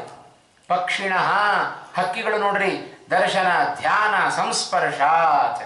ಹಕ್ಕಿಗಳು ಚೆನ್ನಾಗಿ ಮರಿಗಳಿಗೆ ಕಾವು ಕೊಟ್ಟು ಬೆಳೆಸ್ತವೆ. ಸ್ಪರ್ಶದಿಂದ ಆ ಹಕ್ಕಿಗಳಿಗೆ ತೃಪ್ತಿ. ಹಾಗೆ ಮಾನವರಿಗೆ ಹೇಗೆ ತೃಪ್ತಿ? ಮಾನವರ ಅಂಗರಚನೆ ಬೇರೆ, ಪ್ರಾಣಿ ಪಕ್ಷಿಗಳ ಅಂಗರಚನೆ ಬೇರೆ. ನಾವು ಅವುಗಳು ಹಾಗೆ ಮಾಡ್ತಾವೆ ಅಂತ ನಾವು ಹಾಗೆ ಮಾಡ್ಲಿಕ್ಕೆ ಸಾಧ್ಯವೋ? ನೋಡ್ತಾ ಇರುತ್ತೆ ಮೀನು ತನ್ನ ಮರಿಗಳನ್ನು ನೋಡಿ ಬೆಳೆಸ್ತಾ ಇದೆ. ನೀನು ಸ್ಕೂಲಿನಲ್ಲಿ ನೋಡ್ತಾ ಇರುತ್ತೆ, ನೀನು ಹುಟ್ಟಿದ್ದಿ, ನೀನು ಹಾಗೆ ಬೆಳಿ ಅಂದರೆ ನೀನು ನೋಡ್ತಾ ಇದ್ರೆ ನಾನು ಹಾಗೆ ಕಣ್ಣು ಮುಚ್ಚುತ್ತೇನೆ ಅಂತ ಅನ್ನತ್ತೆ ಮಗು. ಅಷ್ಟೇ ಸ್ಕೂಲಿಗೆ ಕಳಿಸಿಬಿಟ್ಟು ನಾನು ಇಲ್ಲಿ ಸ್ಮರಣೆ ಮಾಡಿಕೊಡ್ತಾ ಇರ್ತೇನೆ, ಹೊಟ್ಟೆ ತುಂಬಲಿ ಅಂದರೆ ತುಂಬತ್ತೇನು, ಡಬ್ಬಿ ಕಳಿಸ್ಬೇಕೋ ಬೇಡ ನಾವು? ಹಾಗೆ ಅವುಗಳ ಅಂಗರಚನೆ ಬೇರೆ, ಮನುಷ್ಯರ ಅಂಗರಚನೆ ಬೇರೆ. ತಾಯಿ ಆದವಳು ಸ್ತನಪಾನ ಮಾಡಿಸಿ ಮಕ್ಕಳನ್ನು ಬೆಳೆಸಬೇಕು. ಅದರಿಂದ ಮಕ್ಕಳಿಗೆ ತೃಪ್ತಿ, ಮಾನವರಿಗೆ ತೃಪ್ತಿ. ಹಾಗೆ ಇವುಗಳೆಲ್ಲ ಹೇಗೆ ತೃಪ್ತಿಯನ್ನು ಪಡಿತಾವೆಯೋ ಶ್ರಾದ್ದೇನ ಪಿತರಸ್ತಥಾ. ಶ್ರಾದ್ದದಿಂದ ಲೋಕದಲ್ಲಿ ಪಿತೃಗಳಿಗೂ ಭಗವಂತ ಹಾಗೆ ತೃಪ್ತಿಯನ್ನು ಉಂಟು ಮಾಡಿದ್ದಾನೆ. ಯಾಕೆ ಸಂಶಯ ಪಡ್ತೀರಿ? ಹಾಗಾಗಿ ನಂಬಿಕೆ ಇಟ್ಟು, ವಿಶ್ವಾಸ ಇಟ್ಟು ಶ್ರಾದ್ದಾದಿ ಕರ್ಮದಲ್ಲಿ ತೊಡಗಬೇಕಾದ್ದು ನಮ್ಮೆಲ್ಲರ ಕರ್ತವ್ಯ. ಇದು ಶ್ರಾದ್ದ ಕಲ್ಪದಲ್ಲಿ ಹರಿವಂಶ ಇದನ್ನು ವಿಶೇಷವಾಗಿ ಉಲ್ಲೇಖ ಮಾಡುತ್ತಾ ಇದೆ. ಶ್ರಾದ್ದಾದಿಗಳನ್ನು ಮಾಡುವಾಗ ದಾನಕ್ಕೆ ಹೆಚ್ಚು ಮಹತ್ವವನ್ನು ಕೊಡ್ತಾ ಇದ್ದಾರೆ ಪಿತೃಕಾರ್ಯದಲ್ಲಿ. ಮುಂದಿನ ಸತ್ಸಂತಾನ ಚೆನ್ನಾಗಿ ಆಗಬೇಕು ಅಂದರೆ ಪಿತೃದೇವತೆಗಳ ಅನುಗ್ರಹ ಬೇಕೋ ಬೇಡೋ. ಹಾಗಾಗಿ ಬಂದ ಬ್ರಾಹ್ಮಣರಿಗೆ ಸಂತೋಷಪಡಿಸು. ಶ್ರೀಯಾದೆ ಬಂದ ಬ್ರಾಹ್ಮಣರಿಗೆ ಸಂತೋಷ ಆಗುವಂತೆ ದಾನ ಮಾಡು ಅಂತ ಹೇಳಿಬಿಡ್ತು ಶಾಸ್ತ್ರ. ಎಲ್ಲಾದರೂ ಸಾಧ್ಯವೋ? ಬಂದ ಬ್ರಾಹ್ಮಣರಿಗೆ ಸಂತೋಷ ಆಗುವಂತೆ ದಾನ ಮಾಡಲಿಕ್ಕೆ 1 ಲಕ್ಷ ಕೊಟ್ಟರೆ ಮತ್ತೊಂದು ಕೊಡ್ಲಿಕ್ಕೆ ಏನಾಗಿತ್ತವ ಅಂತ ಬೈಕೊಂಡೇ ಹೋಗ್ತಾನೆ ಅವ ಬ್ರಾಹ್ಮಣ ಆದವ. ನಾವು ಮನಸ್ಸಿಗೆ ತೃಪ್ತಿ ಆಗುವಂತೆ ದಾನ ಮಾಡೋದು ಹೇಗೆ? ಅದಕ್ಕೆ ಉಪನಿಷತ್ತು ಒಂದು ಮಾತನ್ನು ಹೇಳಿತು, ಶ್ರೀಯಾದೇಯಂ. ನಿನ್ನ ಸಂಪತ್ತಿಗನುಗುಣವಾಗಿ ನೀನು ದಾನ ಮಾಡಿದಿ ಅಂತಾದರೆ ಬಂದ ಬ್ರಾಹ್ಮಣನಿಗೆ ತೃಪ್ತಿ ಆಗೇ ಬಿಡುತ್ತೆ. ಇರೋದೇ ನನ್ನ ಬಳಿಯಲ್ಲಿ 10 ರೂಪಾಯಪ್ಪ, ಆ 10 ರೂಪಾಯಲ್ಲಿ 1 ರೂಪಾಯಿ ತೆಗೆದು ನಾನು ದಾನ ಮಾಡಿದೆ ಅಂದರೆ ಬಹಳ ಸಂತೋಷ ಪಡ್ತಾರೆ. ಲಕ್ಷಾಂತರ ರೂಪಾಯಿ ನನ್ನ ಬಳಿಯಲ್ಲಿ ಇಟ್ಟುಕೊಂಡು ಆಗಲೂ 1 ರೂಪಾಯಿ ದಾನ ಮಾಡುತ್ತೇನೆ ಅಂದರೆ ಅದು ದೋಷ. ಇದು ನಿನ್ನ ಸಂಪತ್ತಿಗನುಗುಣವಾದ ದಾನ ಅಲ್ಲ, ಅದು ಬ್ರಾಹ್ಮಣರಿಗೆ ಸಂತೋಷ ಆಗುವುದಿಲ್ಲ. ಅದು ಉಪನಿಷತ್ ಹೇಳಿದ್ದಲ್ಲ. ಶ್ರೀಯಾದೇಯಂ, ಭಿಯಾದೇಯಂ, ಶ್ರದ್ಧೆಯಾದೇಯಂ. ದಾನ ಮಾಡುವಾಗ ಎಷ್ಟು ಹೆದರಿಕೆ ಇರಬೇಕು ನಮಗೆ. ದಾನ ಮಾಡಲಿಕ್ಕೆ ಸಿಗೋದು ಕೂಡ ಅಷ್ಟು ಸುಲಭ ಅಲ್ಲಪ್ಪ. ಹಿಂದಿನ ಜನ್ಮದಲ್ಲಿ ದಾನ ಮಾಡಿದ ಪುಣ್ಯ ಇತ್ತೋ ಈ ಜನ್ಮದಲ್ಲಿ ನಮಗೆ ದಾನ ಮಾಡೋ ಭಾಗ್ಯ ಸಿಗುತ್ತೆ, ಇಲ್ಲದೆ ಹೋದರೆ ಸಿಗೋದಿಲ್ಲ. ಸಂಪತ್ತಿದೆ, ಬಹಳ ಸಂಪತ್ತಿದೆ ಅಂತೇಳಿ ನೀನು ಅಹಂಕಾರ ಪಡಬೇಡ. ಹಿಂದಿನ ಜನ್ಮದಲ್ಲಿ ನೀನು ದಾನ ಮಾಡಿದ್ದೆ, ಆದ್ದರಿಂದ ನಿನಗೆ ಈ ಜನ್ಮದಲ್ಲಿ ಸಂಪತ್ತು ಸಿಕ್ಕಿದೆ. ಹೀಗೆಲ್ಲ ಅನುಸಂಧಾನ ಮಾಡಿಕೊಳ್ಬೇಕಂತೆ. ದಾನವನ್ನು ತೆಗೆದುಕೊಳ್ಳಬೇಕಾದರೂ ಅಷ್ಟೇ, ಸುಮ್ಮನೇನೋ ಕೊಡ್ತಾ ಇದ್ದರೆ 2 ಕೈಯಲ್ಲಿ ಬಾಚಿ ತೆಗೆದುಕೊಳ್ಳೋದಲ್ಲಂತೆ. ಬ್ರಾಹ್ಮಣನಾದವ ತಾನು ತೆಗೆದುಕೊಳ್ಳಬೇಕಾದರೆ ಬಲಗೈಯ ಅಂಗೈಯಲ್ಲಿ ತಾನು ದಾನವನ್ನು ಸ್ವೀಕಾರ ಮಾಡಬೇಕಂತೆ. ಯಾಕೆ ಅಂದರೆ ಆ ಬ್ರಾಹ್ಮಣನಾದವನ ಬಲಗೈಯ ಅಂಗೈಯಲ್ಲಿ ಅಗ್ನಿ ಜ್ವಲಿಸ್ತಾ ಇರುತ್ತೆ. ನಾವು ಎಷ್ಟೇ ಕೈ ತಿಕ್ಕೊಂಡ್ರೂ ಕೂಡ ನಮ್ಮಲ್ಲೇನು ಅಗ್ನಿಯ ಜ್ಞಾನವೇ ಬರೋದಿಲ್ಲ ನಮಗೆ. ಯಾಕೆ ಅಂದರೆ ಬ್ರಾಹ್ಮಣ್ಯವನ್ನು ಕಳ್ಕೊಂಡ್ಬಿಟ್ಟಿದ್ದೇವೆ ನಾವು, ದಿನೇ ದಿನೇ ಕಳ್ಕೊಳ್ತಾ ಇದ್ದೇವೆ. ಎಷ್ಟು ಆ ಬ್ರಾಹ್ಮಣ್ಯ ಉಳಿಲಿಕ್ಕೆ ಬೇಕಾದ್ದೇ ಪರಮ ಮುಖ್ಯ ಸಾಧನ ಗಾಯತ್ರಿ. ಎಷ್ಟು ಜನ ಇವತ್ತು ನಮ್ಮ ಮಾಧ್ವರಲ್ಲಿಯೇ ನಾವು ತೆಗೆದುಕೊಳ್ಳೋಣ, ಬೇರೆ ಬ್ರಾಹ್ಮಣರ ಬಿಟ್ಟುಬಿಡೋಣ. ನಮ್ಮ ಮಾಧ್ವರಲ್ಲಿಯೇ ಇವತ್ತು ಎಷ್ಟು ಜನ ದಿವಸಕ್ಕೆ 3 ಹೊತ್ತು ಸಂಧ್ಯಾ ವಂದನೆ ಮಾಡೋರು ಸಿಗ್ತಾರೆ ಹೇಳ್ರಿ ನೋಡೋಣ. ಒಂದು ದಿವಸ 108 ಗಾಯತ್ರಿ ಮಾಡೋರು ಎಷ್ಟು ಜನ ಸಿಗ್ತಾರೆ ಹೇಳ್ರಿ ನೋಡೋಣ. ಗಾಯತ್ರಿಯ ಸಿದ್ಧಿ ಇಲ್ಲ. ಅದಕ್ಕೆ ಆಶೌಚಾದಿಗಳು ಬಂದರೂ ಕೂಡ ಅದು ಜಾತಾ ಶೌಚವೇ ಬರಲಿ, ಮೃತಾ ಶೌಚವೇ ಬರಲಿ, ಗಾಯತ್ರಿಯನ್ನು ಬಿಟ್ಟು ನಾವು ಬಿಡಬಾರ್ದು. ಗಾಯತ್ರಿಯನ್ನು ಬಿಟ್ಟು ಒಂದು ದಿವಸವೂ ಕೂಡ ಇರಬಾರ್ದು. ಯಾಕೆ ಅಂದರೆ ನಮ್ಮ ಬ್ರಾಹ್ಮಣ್ಯವನ್ನು ಉಳಿಸುವ ದೊಡ್ಡ ವಸ್ತು ಅದು ಗಾಯತ್ರಿ. ಅದನ್ನೇ ನಾವು ತ್ಯಾಗ ಮಾಡಿಬಿಟ್ಟೆವು ಅಂತಾದರೆ ನಮ್ಮ ಬ್ರಾಹ್ಮಣ್ಯ ಎಲ್ಲ ನಾಶ ಆಗಿಬಿಡುತ್ತೆ. ಅದಕ್ಕೋಸ್ಕರ ಇವತ್ತು ನಮ್ಮಲ್ಲಿ ಬ್ರಾಹ್ಮಣರು ನಾವು ಯಾಕೆ ಇಷ್ಟು ಕೆಳಗಡೆ ಹೋಗ್ತಾ ಇದ್ದೇವೆ, ಮೇಲಿಂದ ಮೇಲೆ ದುಃಖ ಯಾಕೆ ಅಂದರೆ ಆ ಗಾಯತ್ರಿಯ ಸಿದ್ಧಿ ನಮ್ಮಲ್ಲಿಲ್ಲ. ಆ ಸಿದ್ಧಿ ಬರುವಂತೆ ನಾವು ಮಾಡಿಕೊಂಡೆವು ಅಂತಾದರೆ ಯಾರೂ ನಮ್ಮನ್ನು ಮೀರಿಸಲಿಕ್ಕೆ ಆಗೋದಿಲ್ಲ. ಆ ಬ್ರಹ್ಮ ತೇಜಸ್ಸು ಆಗಿದೆ. ರಾಮಾಯಣದಲ್ಲಿ ಹೇಳಿಬಿಟ್ರಲ್ಲ, ವಿಶ್ವಾಮಿತ್ರರು ವಸಿಷ್ಠರ ವಿರುದ್ಧವಾಗಿ ಹೋರಾಟವನ್ನು ಮಾಡಿದರು. ಏನು ಯಾವ ಆಯುಧ ಹಿಡಿಲಿಲ್ಲ, ಹಾಗೆ ಮಣ್ಣು ಮುಗಿಸಿಬಿಟ್ರು ವಸಿಷ್ಠರು ವಿಶ್ವಾಮಿತ್ರರಿಗೆ. ಏನಂದ್ರು ವಿಶ್ವಾಮಿತ್ರರು, ದಿಗ್ಬಲಂ ಕ್ಷತ್ರಿಯ ಬಲಂ ಬ್ರಹ್ಮತೇಜೋ ಬಲಂ ಬಲಂ. ಧಿಕ್ಕಾರಲಿ ಕ್ಷತ್ರಿಯ ಬಲಕ್ಕೆ. ಏನು ಬ್ರಹ್ಮ ತೇಜಸ್ಸು, ಏನು ಬ್ರಹ್ಮ ಬಲ, ವಸಿಷ್ಠರ ತೇಜಸ್ಸೇನು, ಬ್ರಹ್ಮ ಬಲ ಏನು? ಆ ಬ್ರಹ್ಮ ಬಲ ಬಂದದ್ದು ಅವರು ಮಾಡಿದ ತಪಸ್ಸಿನಿಂದ. ಆ ಬಲವನ್ನು ಇವತ್ತು ಬ್ರಾಹ್ಮಣರಾದ ನಾವೆಲ್ಲರೂ ಕೂಡ ಪಡ್ಕೊಳ್ಳಬೇಕು. ಹಾಗಾಗಿ ದಾನ ತೆಗೆದುಕೊಳ್ಳುವಾಗ ಆ ವಸ್ತುವಿನ ಮೂಲಕ ಬಂದ ಆ ವ್ಯಕ್ತಿಯ ಪಾಪಗಳೆಲ್ಲವೂ ಕೂಡ ನನ್ನ ಕೈಯಲ್ಲಿರುವ ಅಗ್ನಿಯಲ್ಲಿ ಸುಟ್ಟು ಭಸ್ಮವಾಗಲಿ ಎನ್ನುವ ಅನುಸಂಧಾನ ತೆಗೆದುಕೊಳ್ಳುವವನಲ್ಲಿರಬೇಕು. ಕೊಡುವವನು ಹಾಗೆ ಅನುಸಂಧಾನ ಮಾಡಿಕೊಳ್ಬೇಕು. ಈ ಬ್ರಾಹ್ಮಣನ ಮೂಲಕ ನನ್ನ ಎಲ್ಲ ಪಾಪಗಳು ಕೂಡ ನಾಶ ಆಗಲಿ ಅನ್ನುವ ಭಾವನೆ ಅವನಲ್ಲಿರಬೇಕು. ಕೊಡುವವ ಏನು ಅನ್ಕೊಳ್ತಾನೆ, ಓಹೋ ನನ್ನಲ್ಲಿರುವ ಪಾಪ ಎಲ್ಲ ಇವನಿಗೆ ಹೋಗಲಿ. ಯಾಕೆಂದರೆ ತೆಗೆದುಕೊಳ್ಳುವಾಗ ನಮ್ಮಲ್ಲಿ ಪಾಪವನ್ನು ನಾಶ ಮಾಡಿಕೊಳ್ಳುವ ಸಾಮರ್ಥ್ಯ ನಮಗಿಲ್ಲ ಅಂತಾದರೆ ದಾನ ತೆಗೆದುಕೊಳ್ಳಿಕ್ಕೆ ಹೋಗಬಾರದು. ಇಲ್ಲದೆ ಹೋದರೆ ನಿಮ್ಮಲ್ಲಿ ಒಂದಿಷ್ಟು ರೋಗ ಇದೆಯಾ, ಆ ರೋಗಗಳನ್ನೆಲ್ಲ ನಮಗೆ ಕೊಡ್ರಿ, ಕೇಳಿ ನಾವು ಇಸ್ಕೊಂಡಂಗಟ್ಟೆ. ಹಾಗಾಗಿ ದಾನದ ಪ್ರಕ್ರಿಯೆಯಲ್ಲಿ ಇದನ್ನೆಲ್ಲ ಬಹಳ ಜಾಗರೂಕರಾಗಿ ನಾವು ಇಟ್ಟುಕೊಳ್ಳಬೇಕು. ದಾನವನ್ನು ಮಾಡಬೇಕು ಅಂತ ಪಿತೃಕಾರ್ಯದಲ್ಲಿ ಬಹಳ ವಿಶೇಷ ಅಂತ ಹೇಳುತ್ತಾರೆ. ದಾನ ಮಾಡೋದು ಪ್ರದರ್ಶನ ಮಾಡಿ ದಾನ ಮಾಡಬೇಡ್ರಿ, ರಹಸ್ಯವಾಗಿ ದಾನ ಮಾಡಿರಿ, ಗುಪ್ತ ದಾನ ಮಾಡಿರಿ, ಮಾಡೋ ಕಾಲಕ್ಕೆ ಶೀಘ್ರದಲ್ಲಿ ದಾನ ಮಾಡಿರಿ.